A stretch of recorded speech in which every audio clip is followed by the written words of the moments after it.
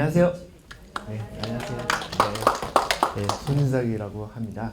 네, 그래서 이제 제가 이제 유럽 얘기를 이렇게 많이 하고 있는데 뭐 누구나 다 느끼고 있지만 한류 인기가 상당하지 않습니까? 이제 그게 진짜 외국에 나가 보시면 정말 대단하다는 걸 열기를 알 수 있는데 왜 이렇게 한류가 인기가 좋을까라고 하면은 중요한 이 백그라운드가 하나가 뭐냐면 뭐든지 나라 간의 경쟁이라는 거는 상대적인 거거든요.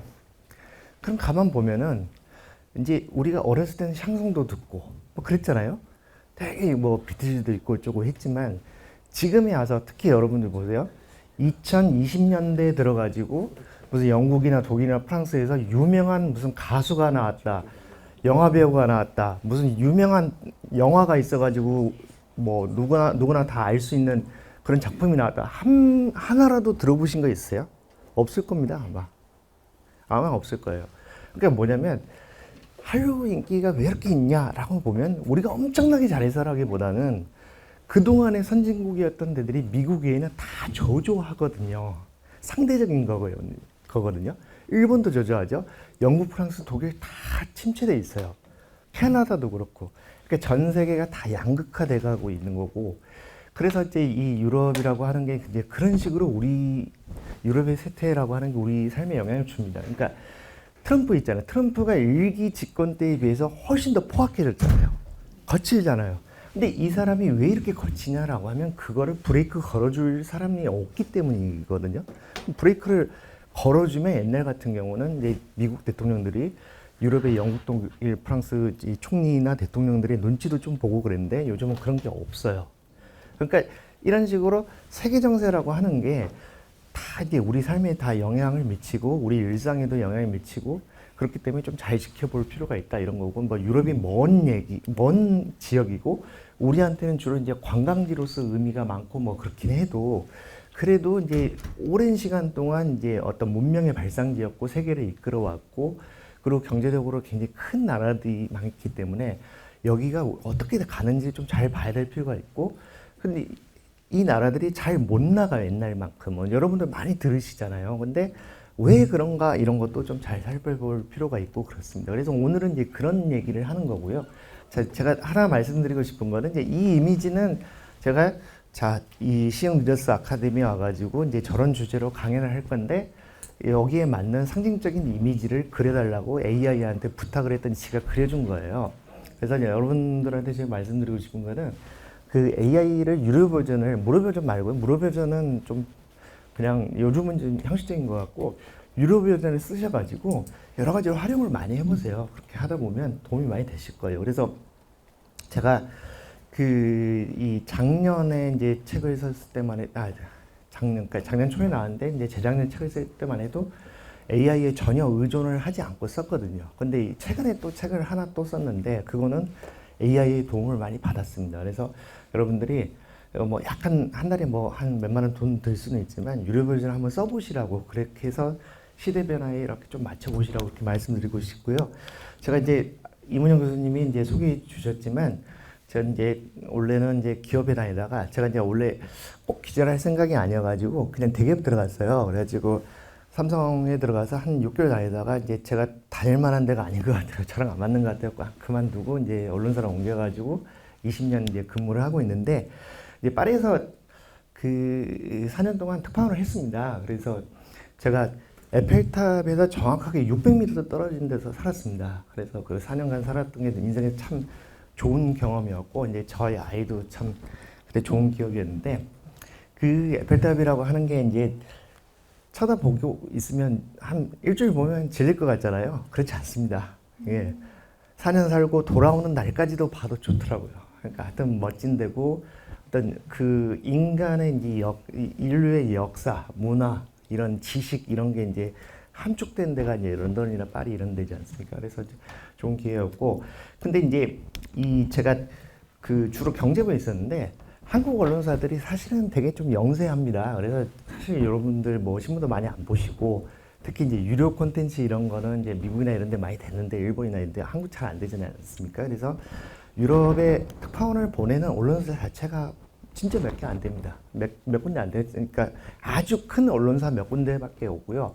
그 중에서도 이제 경제부에서 활동을 오래 했던 기자가 별로 없어요. 그래가지고 제가 이제 이런 얘기를 많이 하게 됐는데, 이제 이 책을 제가 작년 초에 출간을 해가지고, 아니 미국하고 유럽이라고 하는 유럽 그 서구사의 양대 산맥이 이제는 옛날하고 다르게 이렇게 조금 확실하게 이렇게 좀 차이가 벌어진다라고 하는 그런 아젠다를 이제 좀 던져봤어요, 이 책이. 그래서 저 책이 사실은 제가 생각한 것보다 되게 많이 팔렸습니다. 그러니까 저는 그냥 특파원 생활을 좀 정리하고 이제 그렇게 하려고 이제 냈는데 생각보다 반응이 너무 좋고, 그리고 이제 방송이나 특히 이제 요즘 유튜브들 많이 하지 않습니까? 그래서 저 이제 이름을 저기 유튜브에 넣어보시면 많이 나오는데, 그런데 와서 좀 얘기 좀 해봐라. 뭐 그렇게 해가지고 이제 많은 이야기들을 해봤습니다. 그래서 오늘 같은 경우는 이제 여러분께 이제 8가지 키워드로 해가지고 이렇게 좀 말씀을 드려보려고 합니다. 왜 유럽이 옛날만큼 그 강성한 나라들이 되지 못하고 좀 비실비실하고 미국 앞에서 힘도 못 쓰고 그렇게 되는지 그런 거를 좀 한번 말씀드려 볼게요. 그래서 이제 첫 번째 키워드는 49인데, 그래서 도대체 이제 어떤 실력으로 봤을 때 미국하고 유럽이 어느 정도 차이가 나냐, 어느 정도 격차가 나냐, 이제 이거를 좀 말씀드리려고 하는데요. 이제 GDP라고 하는 말을 이제 언론에서 많이 쓰지 않습니까? 국내 총생산이라고 하는데, 여러분들 어렸을 때는 GNP라는 말을 많이 썼다는 걸 기억을 하실 거예요. 그거는 이제 국가 단위로 하는 건데, 국가 단위로 하는 게 아니라 그 나라 안에서, 그 GDP한테 D가 도메스틱이지 않습니까? 그래서 우리나라 안에서 전체적으로 이렇게 경제활동의 결과물의 총합이 얼마냐를 이렇게 따지는 건데, 이거는 이제 총 사이즈가 있는 거고 GDP는. 근데 보통 어떤 수준을 따질 때는 한 사람당으로 가잖아요. 그래서 이제 1인당 GDP를 이제 보는 건데, 1인당 GDP가 도대체 그래서 미국이랑 유럽이랑 어느 정도 차이가 나냐? 자, 이거를 이제 연구를 해본 거예요. 그러니까 이거는 유럽 국제정치경제센터라는 이 싱크탱크가 있습니다. 저거는 벨기에 브뤼셀에 있는 건데요. 저 이제 브뤼셀에 있는 유럽 학자들이에요. 근데 저 사람들이 2023년 봄에 어느 정도 차이 난지 우리가 한번 이제 검증을 해보자라고 하는 작업을 했어요. 근데 세상의 모든 거는 데이터들은 다 있습니다. 근데 이 데이터하고 이 데이터를 연결시키는 작업들을 누가 안 해보다가 해보면 뭔가 새로운 프레임이 생기고 새로운 발견이 될 수 있는 거거든요. 그래서 여기서 해본 거는 사실은 되게 간단한 걸 해본 거예요. 왜냐면 미국의 주가 몇 개 있어요? 50개가 있죠. 그러면 이 미국의 50개 주의 1인당 GDP를 주별로 해가지고 1위부터 50위까지 쭉 나래비를 세웁니다. 그래가지고 유럽의 특정 국가의, 유럽의 주요 국가의 1인당 GDP를 거기다 순위를 넣어보는 거예요. 그러면 순위가 몇 위부터 몇 위까지 나와요? 1위부터 51위까지 나올 거 아니에요. 그거를 한번 해본 겁니다. 그래서 이렇게 해봤더니 EU 전체 평균으로 보면은 미국 주에 넣었더니 49위가 나왔어요. 그러니까 생각보다 와, 이게 너무 차이가 크다는 걸 알고, 제가 이제 여기 있는 이 작업을 해본 연구원하고 통화를 해보고 이메일도 했는데, 자기네들이 해보고도 되게 놀랐다는 거예요. 이 정도로 차이가 날 수 있는지 몰랐다는 거예요. 그럼 이제 유럽에서 제일 큰 나라가 어디예요? 독일이잖아요. 독일이 이제 어쩌냐면 EU에서 인구로는 5분의 1이고 경제 규모라는 게 이제 GDP를 얘기하는 거죠. 그걸 사이즈로는 4분의 1을 차지하는 큰 나라예요. 인구도 한 8,400만 명 되고요. 근데 독일이라는 나라가 2021년 기준 39위밖에 안 되더라. 근데 독일 다음으로 큰 나라가 어디예요? 프랑스죠. 프랑스가 EU에서 두 번째로 큰데, 자, 프랑스를 넣어봤더니 프랑스는 49위로 나온 거예요. 근데 이게 2021년 기준이고, 그 이후로 22년에 어때요? 전쟁이 벌어져가지고 유럽에서 더 이렇게 경제가 어려워졌잖아요. 지금은 더 순위가 내려갔다고 봐야 됩니다. 그러니까 이게 굉장히 지금 이제 이렇게 비교를 해보면 정말로 이제는 차이가 많이 난다. 이렇게 알 수가 있고요. 그러면 이제 49위다. EU하고 프랑스로 했을 때 49위다. 그러면은 미국에서 2개 주가 유럽 평균보다 1인당 GDP가 더 낮다는 얘기가 되겠죠. 그렇게 되겠죠. 그래서 뭐냐면 두 개 주가 뭐냐면 하나는 산촌이고 하나는 농촌입니다. 산촌에 해당되는 게 어디냐면 여러분들 많이 들어보시는지 모르겠는데 아이다호라고 있어요. 아이다호. 완전히 산촌이거든요. 우리나라로 치면 강원도 한 영월쯤 됩니다. 그리고 농촌대가 뭐 어디냐 거기가 꼴찌인데 거기가 미시시피입니다. 미시시피는 아예 농업이 그 주의 주력 산업인 그런 데거든요. 그러니까 이제 거의 이제 유럽의 주요국의 경제적 실력이라고 하는 게 미국에서 거의 최하위 수준이다. 그래서 이제 이런 걸 보면 이제는 더 이상 서구 사회 양대축으로 봐주기에는 어떤 이제 실력 차이나 체급 차이가 너무 커진 거 아니야? 이런 게 너무 명백하다는 거죠. 그래서 약간 이제 긴 시간을 보면은 자, 세계 전체 GDP가 있어요. 경제 규모, 세계 전체 경제 규모도 이거는 IMF에서 산출을 하거든요. 그렇잖아요. 일본도 경제 규모가, 일본도 경제 규모랑은 GDP를 얘기하는데, 일본의 GDP가 있고 한국의 GDP가 이렇게 있습니다. 우리나라의 이제 GDP는 전 세계에서 차지하는 비율이 한 2.5% 정도 되고 그렇거든요. 아직 3%가 안 됩니다. 2%대. 근데 2%가 넘는다는 것도 대단한 겁니다. 왜냐하면 전 세계 나라가 한 200개 가까이 있잖아요. 근데 그러면 이제 전체를 100으로 놨을 때 미국의 비율이 이렇게 쭉 갑니다. 그러니까 보통 1990년부터 해가지고 30년 넘게 25% 내외를 이제 쭉 왔다 갔다 하잖아요. 근데 이거를 계속 유지를 한다는 것만 해도 대단한 겁니다. 왜냐하면 중국이 엄청나게 이 동안에 컸잖아요. 근데 그거를 계속 수성을 한다는 거거든요. 100%에서 전체적인 비율을 얘기하는 거니까 이거는 상대적인 겁니다. 그러니까 내가 올라가면 상대방이 내려가야 되고 이런 거잖아요. 근데 약간 놀라운 건 뭐냐면 자, 2000년에서 한 글로벌 금융위기가 벌어지는 2008, 9년 이때까지는 오히려 미국의 힘이 떨어져요. 떨어지다가 글로벌 금융위기가 벌어지고 나서 오히려 올라가잖아요. 근데 저는 이건 여기서 이제 어떤 거를 보냐면 자, 세상의 변화라고 하는 거는 우연이라는 게 많이 작용을 할 수가 있어요. 그래서 미국의 힘이 오히려 글로벌 금융위기로 커진 이유는 저는 두 가지가 우연히 겹쳤다고 보거든요. 그게 무슨 얘기냐면 자, 글로벌 금융위기가 이제 벌어졌잖아요. 그래서 미국에서 금융회사들 망하고 전통적인 산업들이 굉장히 무너졌어요. 그래가지고 굉장히 많은 회사들이 문을 닫았어요. 근데 미국은 어때요? 우리나라나 유럽과 정서가 달라요. 망하는 개인이나 기업들을 방치를 해요. 살려주지 않아요.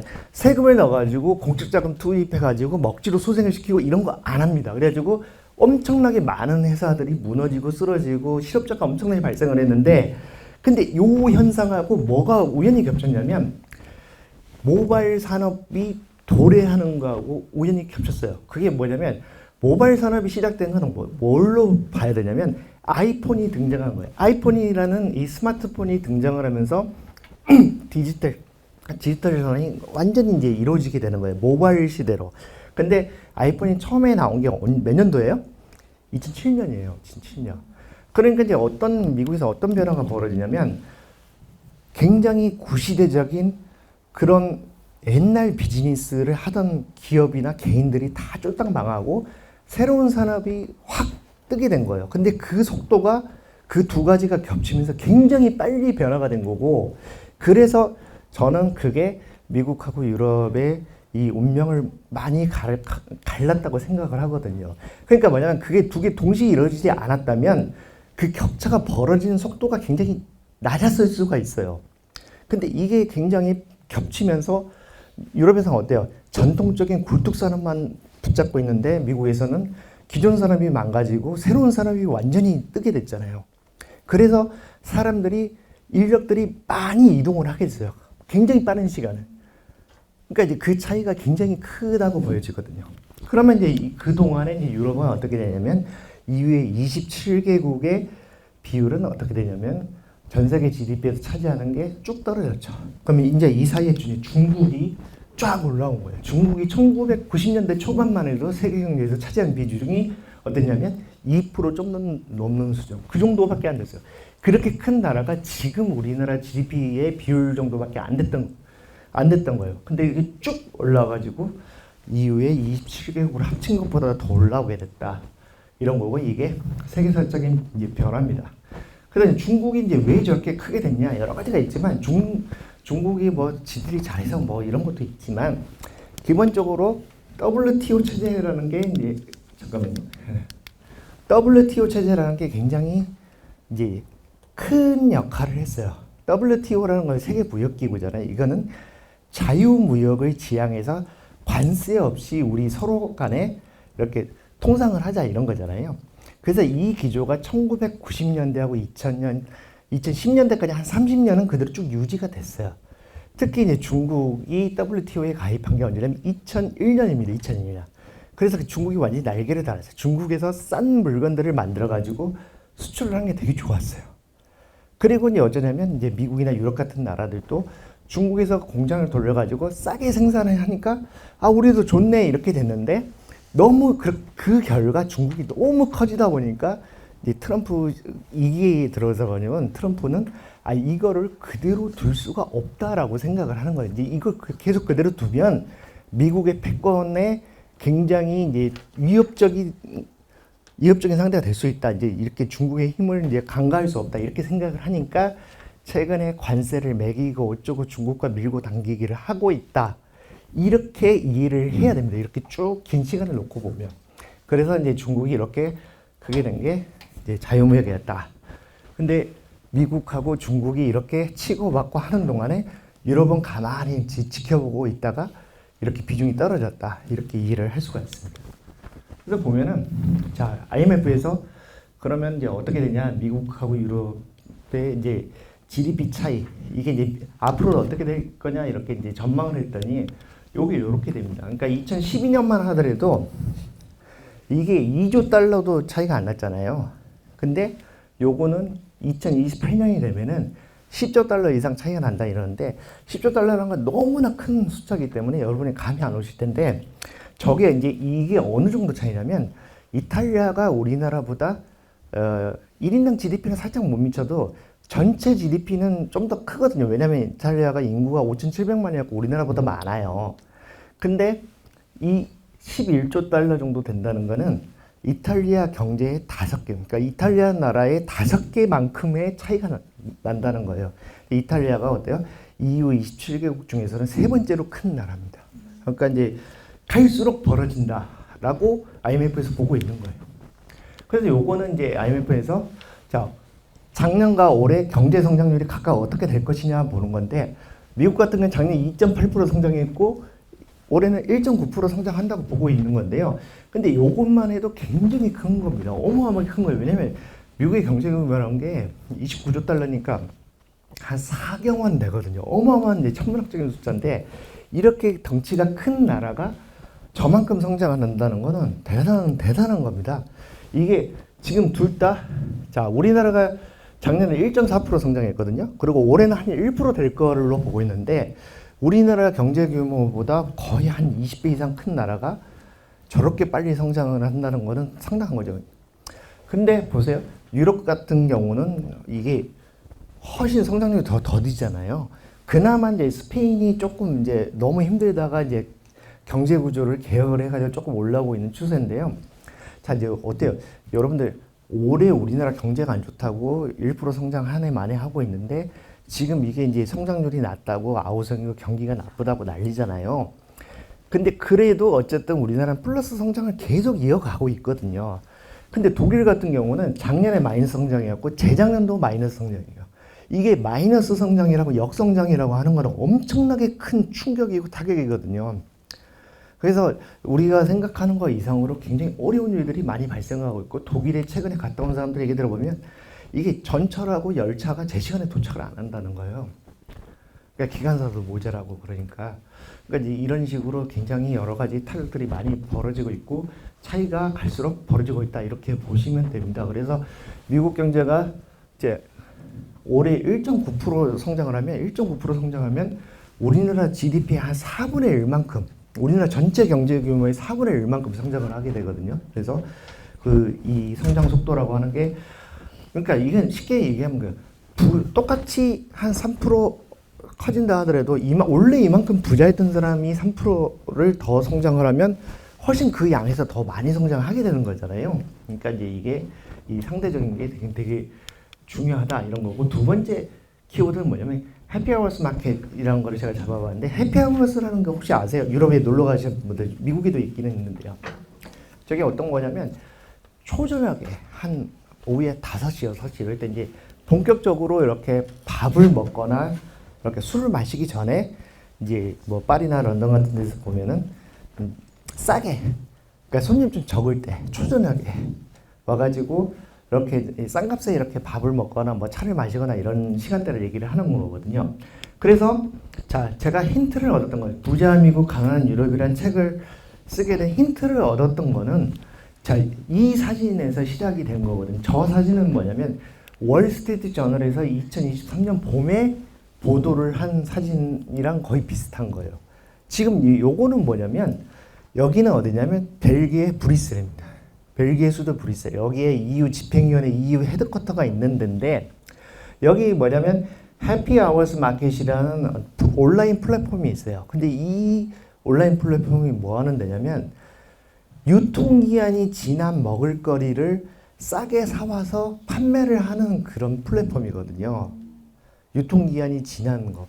우리 선생님은 유통기한 지난 거 싸게 판다고 해서 사서 자녀들한테 먹이고 싶으세요? 그런 생각 안 들죠? 그러시고 싶으신 분 없을 거 아니에요. 근데 월스트리트 저널의 유럽 특파원이 이 장면을 굉장히 유심히 본 거예요. 그래서 여기서 유통기한 지난 먹을거리를 사가지고 집에 가는 사람들이 어떤 사람들인가를 본 거예요. 봤더니 교사, 간호사 같은 중산층이더라. 이거 아주 저소득층이 아니라는 거였어요. 그래서 그 월스트리트 저널 기자가 이 탐이라고 있는데 그 사람이 월스트리트 저널에 엄청나게 큰 기획 기사를 쓴 거예요. 아, 이제 유럽이 이제 우리가 알던 유럽이 아니다. 이런 걸 봐라. 라고 기사를 쓴 거예요. 그래서 제가 그걸 보고 아, 그래. 이제 내가 특파원으로 체험한 거랑 해가지고 나도 한국에 이제 이 프레이밍을 한번 제시를 해봐야 되겠다고 해서 이제 그 책을 제가 쓴 책, 부자 미국 가난한 유럽을 쓴 거예요. 그래서 이제 이걸 보면은 아, 이게 보통 일이 아니구나. 우리나라에서 상상할 수 없을 거예요. 유통기한 지난 거 이렇게 보면은. 물론 시작은 어떤 취지냐면 음식물 쓰레기를 이렇게 줄이자. 이런 취지에서 출발을 했지만 결국은 어떻게 됐냐면은 이게 식료품으로 쓸 돈이 모자란 사람들이 저기 와가지고 음식을 사게 된 거예요. 그래서 이런 거고, 그럼 도대체 얼마나 이제 먹고 사는 데 있어서 차이가 나느냐? 이거를 이제 OECD 자료로 보여드릴게요. 그러면 자, 이거는 이제 뭐 업데이트를 하는데 시간이 좀 걸립니다. OECD에서 이제 회원국들 자료를 받아야 되는데, 그래서 2022년치가 최신 자료인데 여기 보면 이제 근로자 1인당 연간 평균 연봉 이걸 얘기를 하는 거예요. 그러면 미국이 77,000달러대가 되잖아요. 77,000달러대라고 하는 거는 그냥 우리나라 돈으로 바꾸면 어때요? 1억 정도예요. 1억. 그러니까 근로자 1인의 평균 임금이 1억 정도 된다는 건데 영국, 프랑스, 독일 상당히 차이가 나잖아요. 그럼 이거를 이제 비율로 계산을 해보면 미국을 100%로 봤을 때 영국 70%, 프랑스 68%, 독일 76%밖에 안 된다는 거예요. 그래서 그리고 그 유럽에서 네 번째, 다섯 번째 나라인 이탈리아와 스페인은 60%도 안 된다는 거예요. 미국 대비해가지고. 그러면 이게 옛날이랑 어떤 변화가 있냐? 자, 2012년이랑, 그러니까 딱 더 10년 전이랑 비교를 해보면 어때요? 비율이 다 더 낮아졌죠. 그죠? 그러니까 이 차이라고 하는 게 굉장히 시간이 갈수록 격차가 커진다, 벌어진다, 이렇게 볼 수가 있는 겁니다. 요거는 이제 뭐예요? 3050 클럽이라는 게 사실 이거 선생님 아세요? 3050 클럽 어떤 건지 아세요? 혹시 들어보셨습니까? 혹시 아시는 분? 자, 저거는 뭐냐면 자, 뭘 얘기를 하냐면 국민 1인당 국민 소득이 3만 달러가 넘고 동시에 인구가 5천만 명이 넘는 나라예요. 이 나라들은 어쩌냐면 이 3050 클럽에 해당되는 나라는 전 세계 7개 나라밖에 없습니다. 여기에 표시된 7개 나라밖에 없어요. 여러분들 있잖아요. 그 무슨 스웨덴이나 덴마크나 이런 나라들, 벨기에 이런 나라들 굉장히 잘 살고 조금 노르웨이 이런 나라들 잘 살고 이제 이런 거 많이 들어보셨잖아요. 선진화된 나라라고. 근데 제가 네팔에서 이제 활동할 때 보면은 생각보다 그런 나라들이 존재감이 없어요, 별로. 왜 그럴까요? 작으니까 그래요. 사람 머릿수라는 게 되게 중요한 거거든요. 그러니까 굉장히 이제 쪽수도 많으면서 동시에 잘 산다라고 하는 거는 굉장히 어려운 거예요. 근데 우리나라가 이 3050 클럽에 들어간 게 2018년인가 그런데 그 이후로 단 한 나라도 추가되지 않고 저게 뭐 한 10년 지나도 추가될 나라가 거의 보이지가 않아요. 그러니까 이거는 뭐냐면 크면서도 잘 사는 나라를 말하는데, 자, 1인당 GDP라고 하는 거는 달러로 환산하기 때문에 환율이나 물가에 되게 영향을 많이 받아요. 영국 같은데 런던 최근에 가보신 분이 있는지 모르겠는데 저는 이제 올해도 가고 작년에도 가봤는데 물가가 살인적이거든요.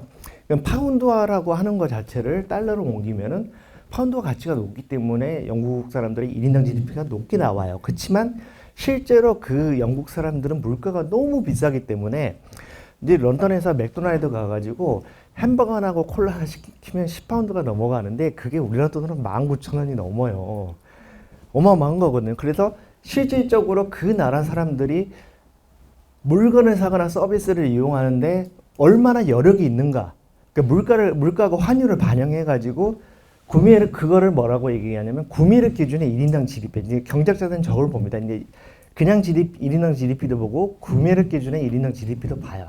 그러면 이제 어떻게 되냐면, 자, 올해까지, 이건 IMF 집계인데요. 올해까지는 이 3050 클럽에 들어가는 7개 나라 중에 우리나라가 4등이에요. 왜냐면 미국, 독일, 프랑스 다음에 우리나라거든요. 근데 내년이 되면 이게 바뀌어요. 한국이 세 번째로 올라갑니다.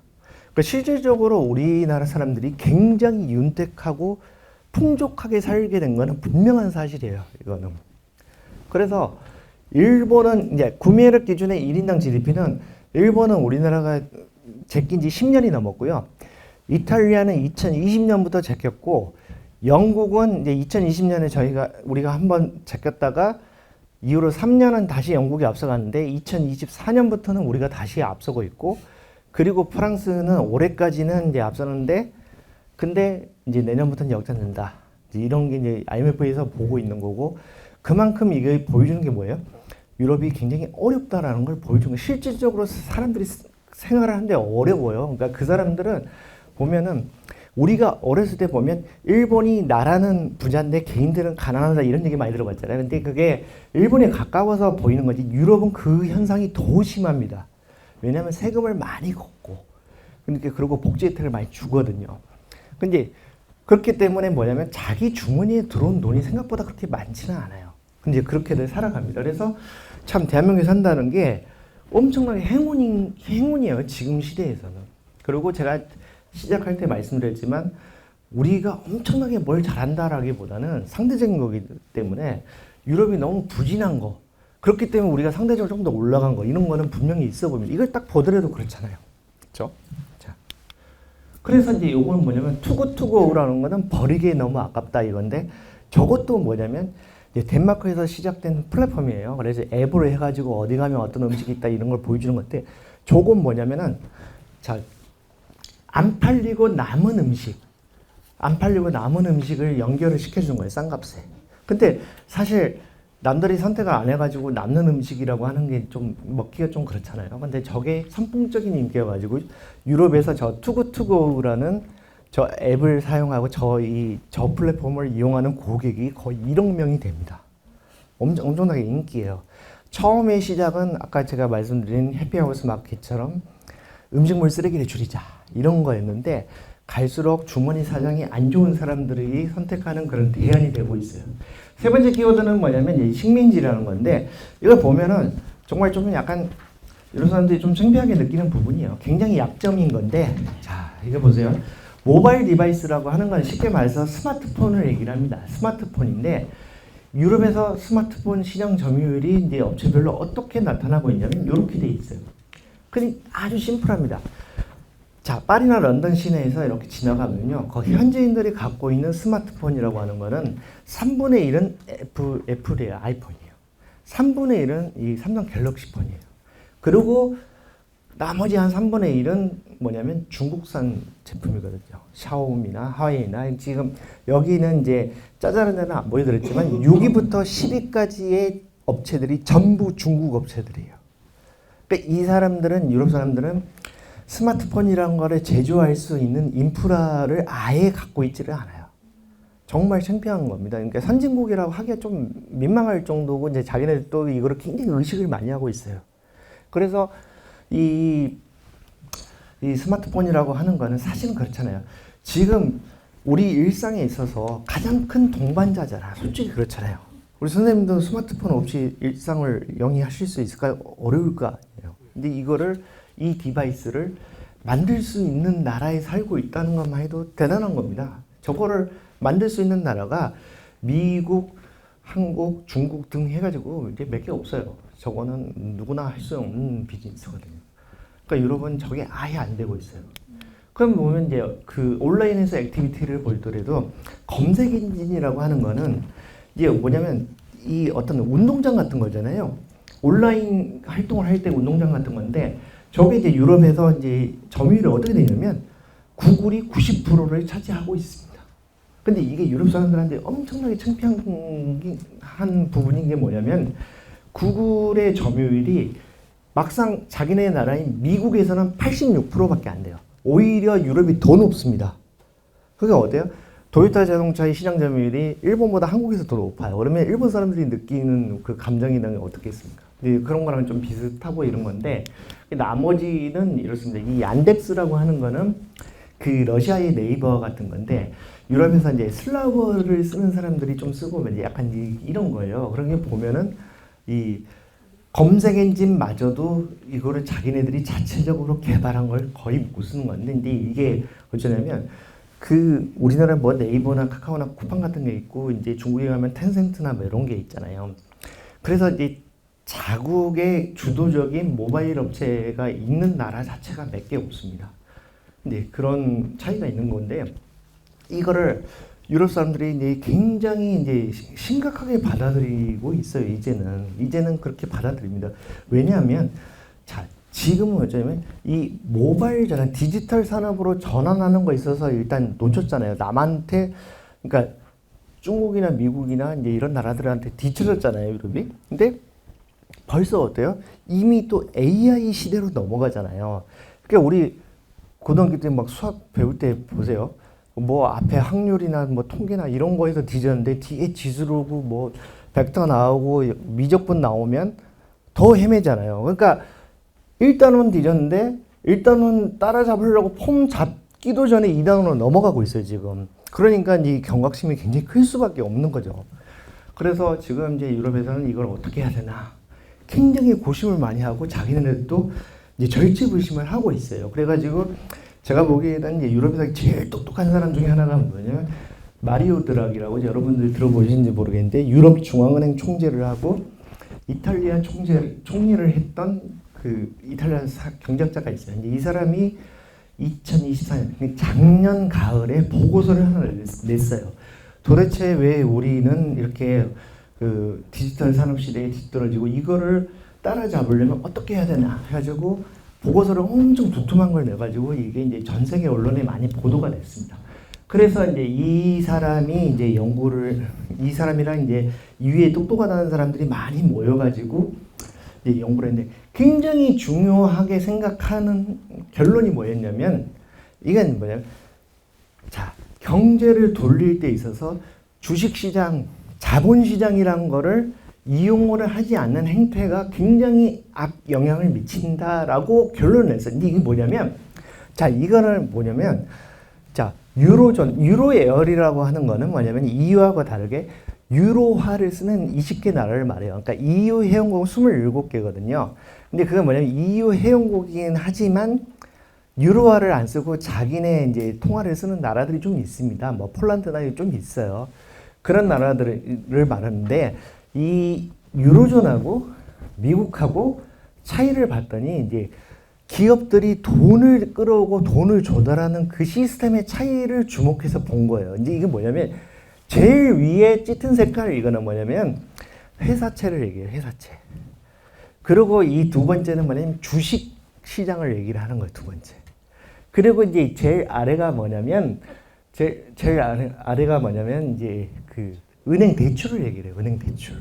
그래서 이제 유로존에서는 기업들이 대출에 의존해서 이제 기업 활동을 하고 있고 미국은 그게 아니고 주식시장이나 회사채를 발행해서 하는 건데 차이가 뭐예요? 차이가 뭐냐면 은행의 대출은 양도하는 게 아니라 그 거래하는 상품이 아니잖아요. 근데 회사채나 주식은 어때요? 거래가 되잖아요. 그러니까 미국의 주식시장 엄청 크고 여러분들도 미국 주식 투자하시는 분들 여기 좀 계실 거 아니에요. 그래서 미국은 어떻게 하냐면 자 주식시장에 돈이 엄청나게 들어오잖아요. 이제 그걸로 돈을 조달해가지고 기술 기업들이 연구개발에 투자를 엄청 많이 하거든요. 근데 유럽은 어떠냐면 어떻게 하냐면 이제 은행에 그냥 돈을 빌려요. 그러면 이건 돈을 빌린다고 하는 거는 기술을 가진 스타트업들한테 굉장히 불리한 거예요. 굉장히 불리해요. 왜 그래요? 자, 일단은 대출 자체를 받기가 어려운 거예요. 은행은 뭘 봐요? 돈을 떼이냐 안 떼이냐만 보잖아요. 근데 너네가 무슨 기술이 있다고 난리를 치지만 난 너네 회사 모르고 못 들어봤고 너네 회사 직원 15명이 내가 너를 뭘 믿고 돈을 빌려주냐 이렇게 되는 거고 그래서 기존 산업, 기존 기업들이 유리한 구조일 수밖에 없고 큰 돈이 갈 수가 없어요. 그리고 설령 돈을 빌려온다 하더라도 어때요? 은행에서 돈을 빌리면 매달 갚아야 되죠. 이자도 내야 되잖아요. 근데 미국은 어때요? 벤처 캐피탈 시스템을 통해 가지고 싹수가 보이는 기업에 엄청나게 투자를 해요. 그래 놓고 이제 한 몇 년을 기다리는 거예요. 그러면은 이게 물론 완전히 돈을 날리는 경우도 있지만 대박이 나면 그 회사가 굉장히 큰 회사가 되면은 몇백 배까지 불려서 돈을 벌잖아요. 근데 이 시스템의 차이가 어마어마하게 크다는 거를 결론을 내립니다. 이 마리오 드라기 전 ECB 총재, 유럽 중앙은행 총재가. 그래서 이 차이라고 하는 게 어마어마하게 크다. 이런 건데 상장된 회사의 숫자를 보면 어때요? 지금 이렇게 되잖아요. 미국, 중국, 일본, 한국은 이렇습니다. 근데 유럽은 어때요? 이 모양이에요. 그나마 이제 영국이 런던이 자본시장이 조금 발달해서 이 정도고 이래요. 그리고 이게 왜 그러냐면 너무 오래된 대륙이라 그렇습니다. 왜 그러냐면 기업들이 수백 년을 이어오는 기업들이 있고 그 업종이 바뀌지가 않아요. 그리고 이 기업들이 다 가족 경영을 합니다. 그러니까 가족 경영을 해요. 형, 삼촌 해가지고 지분 10몇 % 갖고 있어가지고 외부에서 이걸 상장을 해서 돈을 조달해가지고 우리 회사를 키우고 기술 개발해야겠다는 생각을 안 하는 거예요. 그러니까 오래된 대륙이 될 수밖에 없고 시간이 갈수록 뒤처질 수밖에 없는 거죠. 그리고 또 어떤 개념, 특히 독일이 그런데 이게 자 미국은 어때요? 미국은 우리나라 마찬가지, 홍콩도 그렇고 싱가포르도 그렇고 주주에 의해서 기업이 감시를 받아요. 상장을 해가지고 주주들이 감시를 한다고. 근데 상장을 안 하고 이제 가족 기업이니까 상장을 할 필요가 없죠. 그래가지고 이제 어떤 식의 시스템을 쓰냐면 독일 같은 데는 노사위원회라는 걸 굉장히 중시를 합니다. 그러니까 기업 경영에 있어서 주주의 의견이 중요한 게 아니고 그냥 이 오너하고 경영자하고 노조 대표하고 합의를 하고 이거 굉장히 중요하고 이제 그걸로 회사의 이 감시를 하고 그런 거예요. 경영을 감시하고.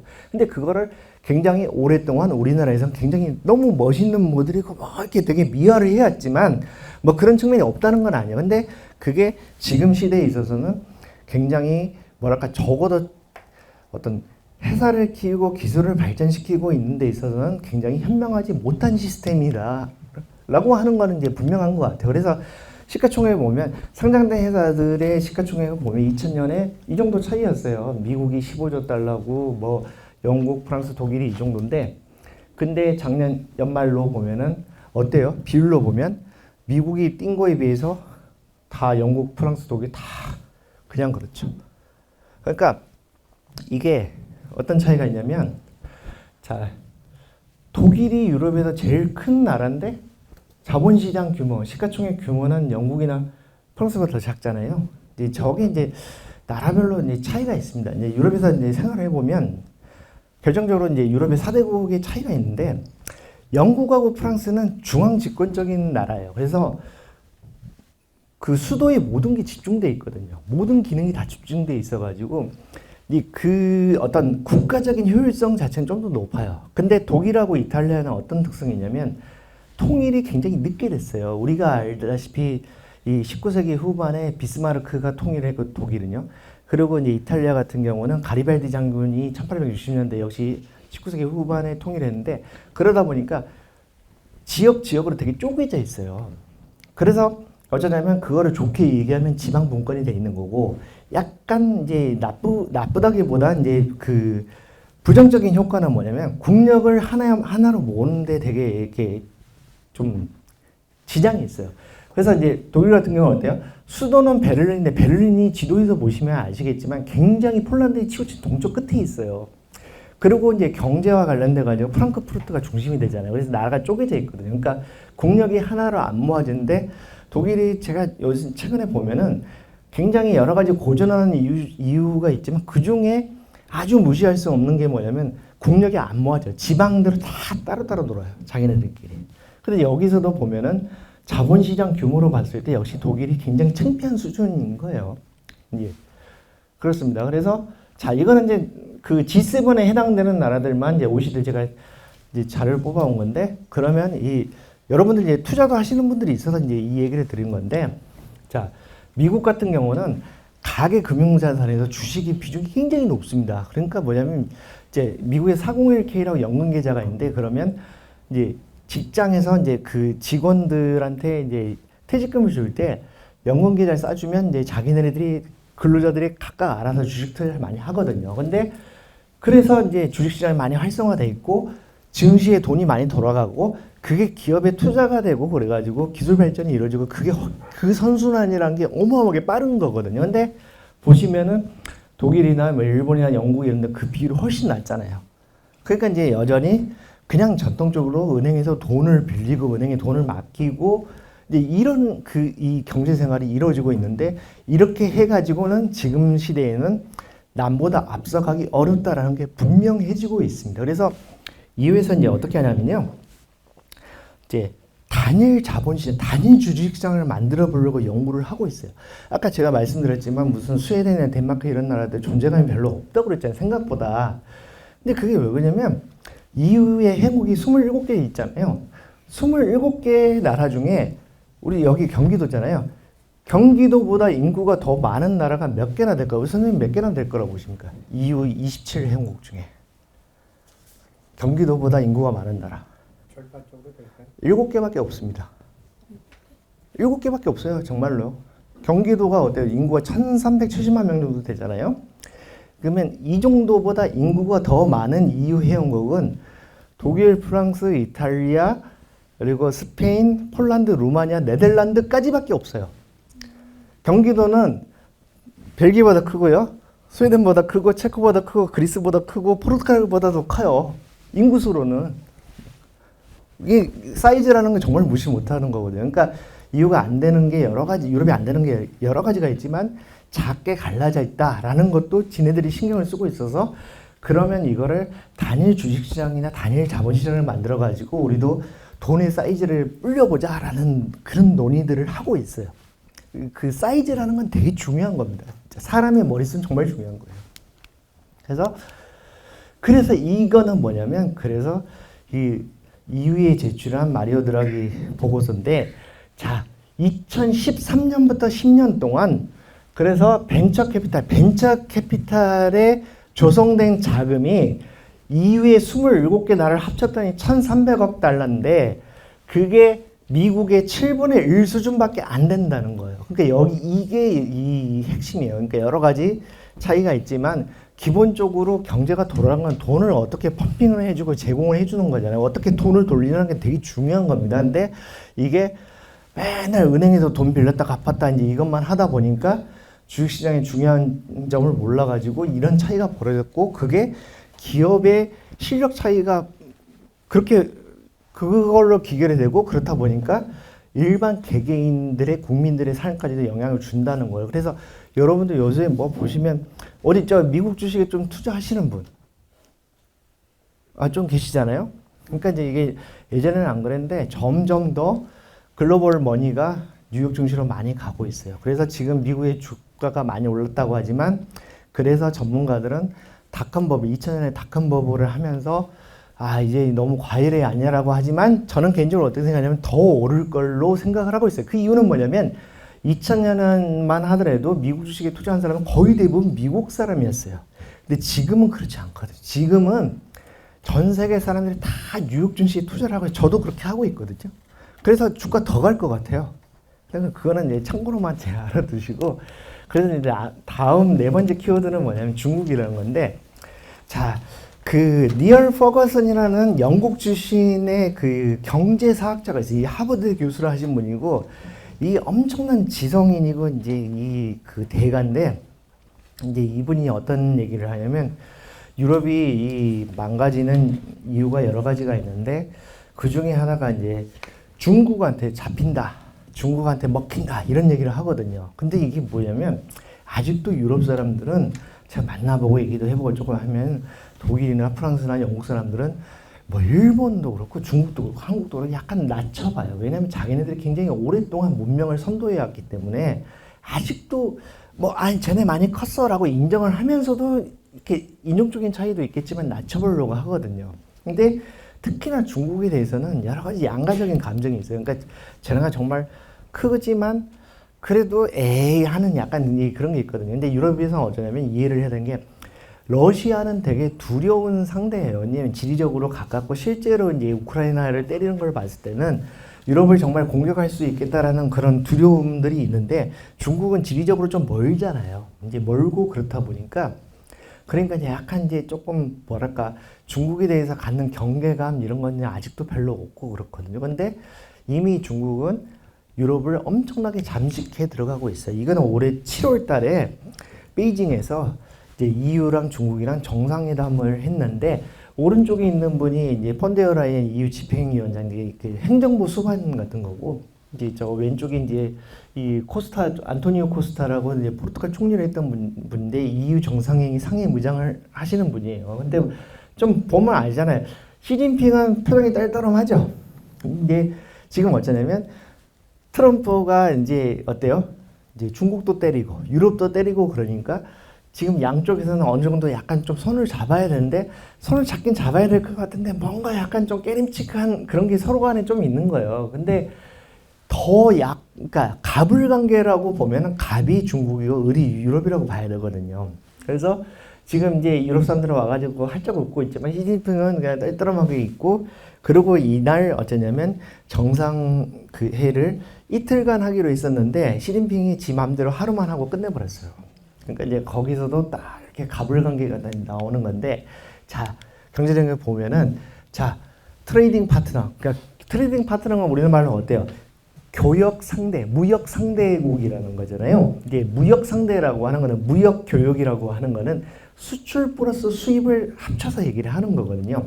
그러면 보세요. 2000년에 EU 입장에서 봤을 때 이제 주요 교역 파트너 누구냐? 봤을 때 보세요. 이때만 해도 영국이 제일 컸죠.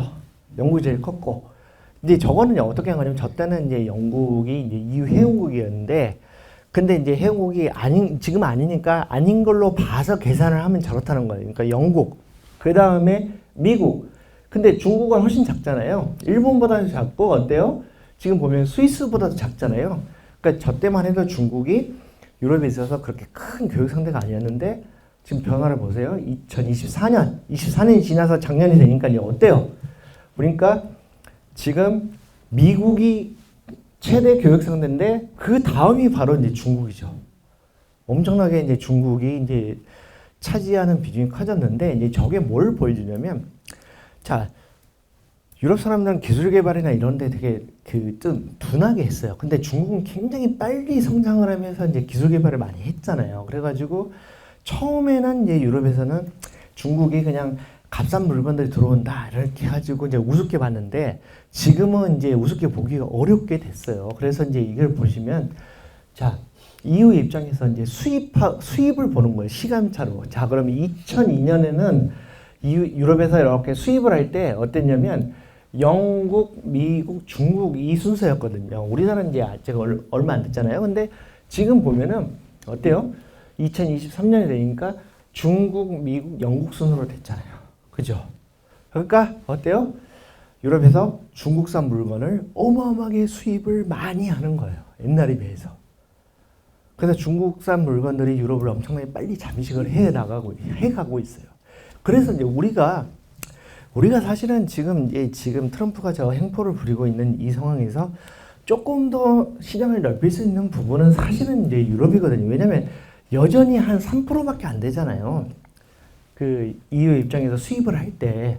근데 유럽 사람들은 한국에 대해서 이렇게 좋은 이미지를 갖고 있고 우리에 대해서 이렇게 좀 경계를 한다거나 이런 게 별로 없기 때문에 여기 시장을 더 많이 뚫어볼 필요가 있어요. 이유가 인구가 이제 27개국 뭐 작은 나라들이 많지만 합쳐보면 인구가 한 4억 5천만 명 정도 되거든요. 굉장히 크잖아요. 저 시장을 조금 더 뚫어보려고 노력을 할 필요가 있다는 거고, 근데 이후에 이제 수출을 보면은 보세요. 이제 2002년에는 영국, 미국 이 순서 해가지고 중국 얼마 안 됐잖아요. 근데 중국이 많이 커졌어도 어때요? 자, 미국, 영국 다음이 세 번째. 근데 이거 보여주는 건 뭐냐면 EU 입장에서 수입은 중국한테 엄청나게 수입을 많이 하는데 수출은 별로 못 하고 있는 거예요. 그래서 이게 이제 여러 가지가 있는데, 자, 유럽산 물건들 있잖아요. 폴크스바겐이나 뭐 저기 BMW나 벤츠 이런 거 그게 중국에서 엄청 많이 팔았거든요. 중국에 의존을 많이 했어요. 근데 중국이 어쩌냐면 중국의 거시경제라는 거는 우리가 이제 양면적인 걸 동시에 봐야 되거든요. 그러니까 기술 개발은 굉장히 빨리 되는데 인구가 중국도 순감을 하고 있거든요. 순감을 하면서 거시경제 전체적으로는 활력이 별로 없어요. 그래가지고 어떻게 되냐면, 자, EU 입장에서 중국산 물건을 수입은 많이 하고 수출은 많이 못하는 게 뭐가 있냐면은, 중국산 물건이 굉장히 발달된 그런 이 첨단 제품이 많이 유럽으로 들어오고 있고, 근데 유럽에서는 자기네들의 주력 상품을 많이 수출을 중국에 많이 못하는 거예요. 왜냐면 중국 안에서 경기도 별로 안 좋고 중국의 자기네 생산물들이 수준이 많이 올라왔거든요. 그래서 이런 차이가 벌어지는 거예요. 그래서 보면은 유럽이 중국에서 수입은 엄청 많이 하는데 수출을 많이 못하잖아요. 그 결과가 어떻게 되냐면, 자, 이거는 이제 이 무역 수지예요. 그래서 EU 입장에서는 미국하고 영국을 상대로 무역 흑자를 이렇게 봅니다. 근데 미국이 어때요? 트럼프가 유럽에 대해서 굉장히 거칠게 나오는 이유 중에 하나가 저거거든요. 그러니까 이유가 이제 미국이랑 교역을 해갖고 이익을 보는 거예요. 근데 보세요. 중국이랑 교역을 하고 이렇게 다 까먹어 버려요. 그게 완전히 중국에 이제 어떻게 얘기하자면 약간 약점이 잡혀 있는 거거든요. 그러면 유럽 본토 입장에서는 미국하고 영국이랑 교역을 해가지고 흑자를 본 만큼을 중국이랑 다 까먹잖아요. 다 까먹어요. 그러니까 이제 이 중국이랑 이게 간단한 이제 변수가 아닌 거예요. 중국이라고 하는 게. 그래서 이미 이제 어떻게 됐냐면 유럽 입장에서는 굉장히 선택을 하기 어려운 거예요. 그러니까 트럼프는 우방이라고 생각했는데 굉장히 거칠게 나오고 있죠. 그렇게 나오고 있고 그런 상황에서 이제 활로를 찾아야 되는데 이제 중국이랑 좀 잘해봐야 되는데, 그렇다고 해서 이제 중국이랑 무조건 뭐 가까이 지낼 수만 있냐? 꼭 그건 아닌 것 같고, 중국은 또 이제 뭐 민주주의도 잘 안 되고 있고, 그러니까 여러 가지 고민이 많은 거예요. 근데 어쨌든 간에 유럽이란 데가 중국이랑 교역을 하면서 갈수록 손해를 보고 있고, 그렇다고 그걸 끊어내기도 어렵고, 이제 굉장히 딜레마가 있는 거예요. 그래서 지금 이제 이미 세상이 바뀌었다는 게 뭐냐면, 이제 EU 입장에서 보면은 이제 물건을 중국이랑 수출하고 수입하는 데 있어서 기계류 같은 거 있잖아요. 이런 걸 보면은 이미 어떠냐면 유럽 입장에서 기계 같은 거는 수입을 더 많이 하는 거예요. 아까 제가 말씀드렸듯이 저기 스마트폰 있잖아요. 스마트폰이 중국산이 이제 유럽에 한 3분의 1 되잖아요. 그러면 대략 한 유럽에서 성인 인구의 한 3분의 1이라고 하면 7천만 명 정도는 중국산 스마트폰을 유럽 사람들이 쓴다는 거거든요. 근데 그 반대는 전혀 없는 거고. 그러니까 이런 식으로 이제 가는 겁니다. 그래서 오히려 어쩌냐면요. 유럽에서 중국으로 수출하는 게 돼지고기, 술 이런 것처럼 좀 더 1차 산업 생산물들이 많거든요. 그러니까 어떤 산업이 고도화된 구조로 보면 이미 유럽이 중국마저도 못 따라잡고 있다는 거를 이게 보여주는 겁니다. 그래서 이제 중국의 무기가 어떤 건 히토류잖아요. 히토류를 유럽에서 필요한 히토류를 다 중국이 100% 중히토류 같은 게 이제 이 그 원자로나 TV 스크린 만들 때 필요한데 이런 거는 100% 이제 중국에 의존하고 있고, 이제 경히토류 같은 경우도 되게 중요하거든요. 근데 저런 것도 다 중국에 의존하고 있으니까 굉장히 이제 중국 변수에도 시달리고 이제 갈수록 어려운 구조가 되고 있다는 거고, 요거는 뭘 얘기를 하냐면 중국이 유럽에 투자를 하잖아요. 근데 이것도 길들이기를 하고 있습니다. 그게 뭐냐면 지금 요 색깔 있잖아요. 요거 약간 초록색 비슷한 요게 뭐냐면 중국이 유럽에 투자할 때 그 이 영독불 주요 3개국을 얘기를 해요. 그 비중을 얘기하는데 그게 갈수록 최근에 확 줄었죠.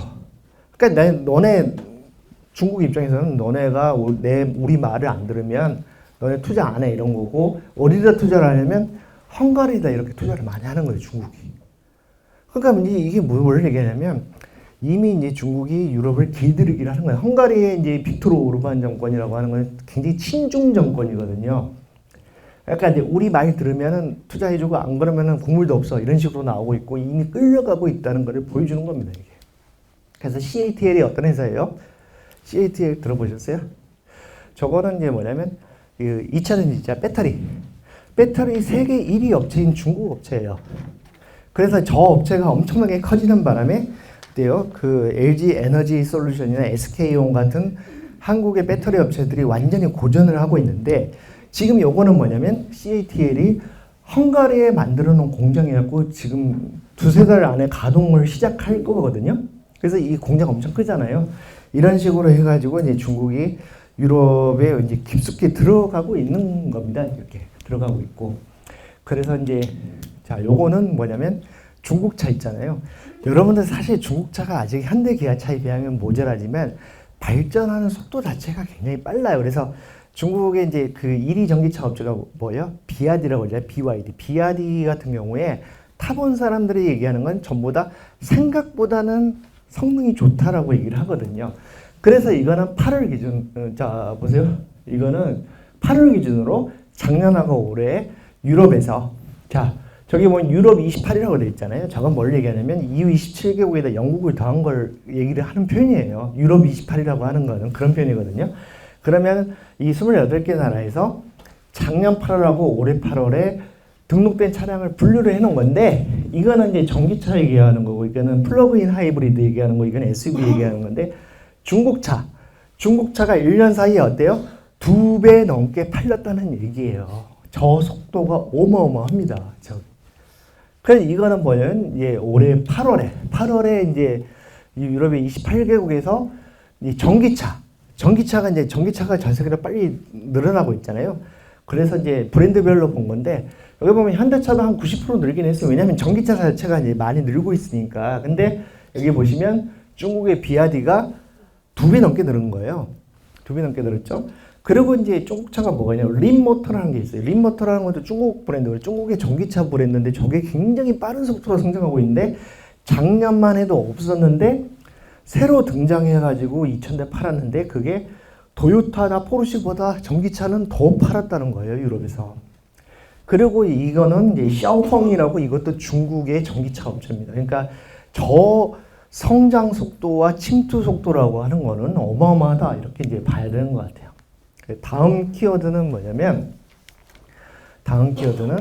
전쟁입니다. 이게 뭐냐면 러시아 우크라이나 전쟁 이게 이제 유럽에 엄청나게 타격을 주는데 이런 것 같아요. 그러니까 이제 그 국제정치학자나 이런 사람들 얘기 들어보면 자 2014년에 이제 푸틴이 이제 러시아군을 밀고 와가지고 그 우크라이나 쪽에 이제 왔잖아요. 와가지고 이 크림반도를 합병을 했어요. 강제 합병을 했는데 지금 그때 그 사건을 겪고 저게 이제 러시아가 유럽 본토를 향할 수 있다는 경각심을 가졌어야 되는데 여전히 그때도 유럽 사람들 특히 정치 리더들이 그렇게 두려워하지를 않았어요. 두려워하지 않았고 그리고 이제 결정적으로 이제 요새 어때요?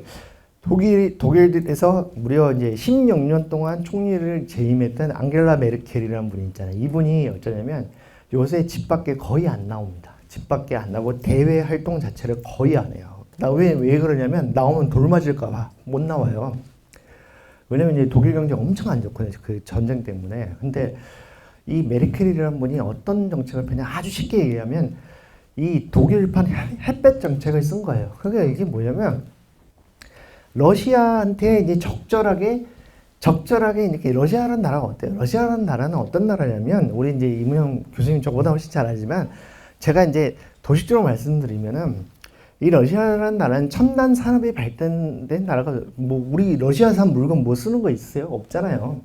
러시아는 어쩌냐면 자 굉장히 큰 나라인데 천연 자원이 굉장히 풍부하게 많아요. 천연가스며 뭐 그 원유, 석유, 촬영성 뭐든 많은데 그거를 해외에 팔아가지고 막대한 돈을 벌어들인 다음에 군사력을 키워가지고 그 큰 영토를 유지하는 그런 나라거든요. 근데 경제 규모, GDP 사이즈로는 러시아는 중국의 8분의 1도 안 돼요. 큰 나라가 아니에요. 그러니까 그 영토 사이즈에 비하면 경제 규모라는 건 사실 보잘것 없는 나라예요. 중국에 비해서도 그렇고.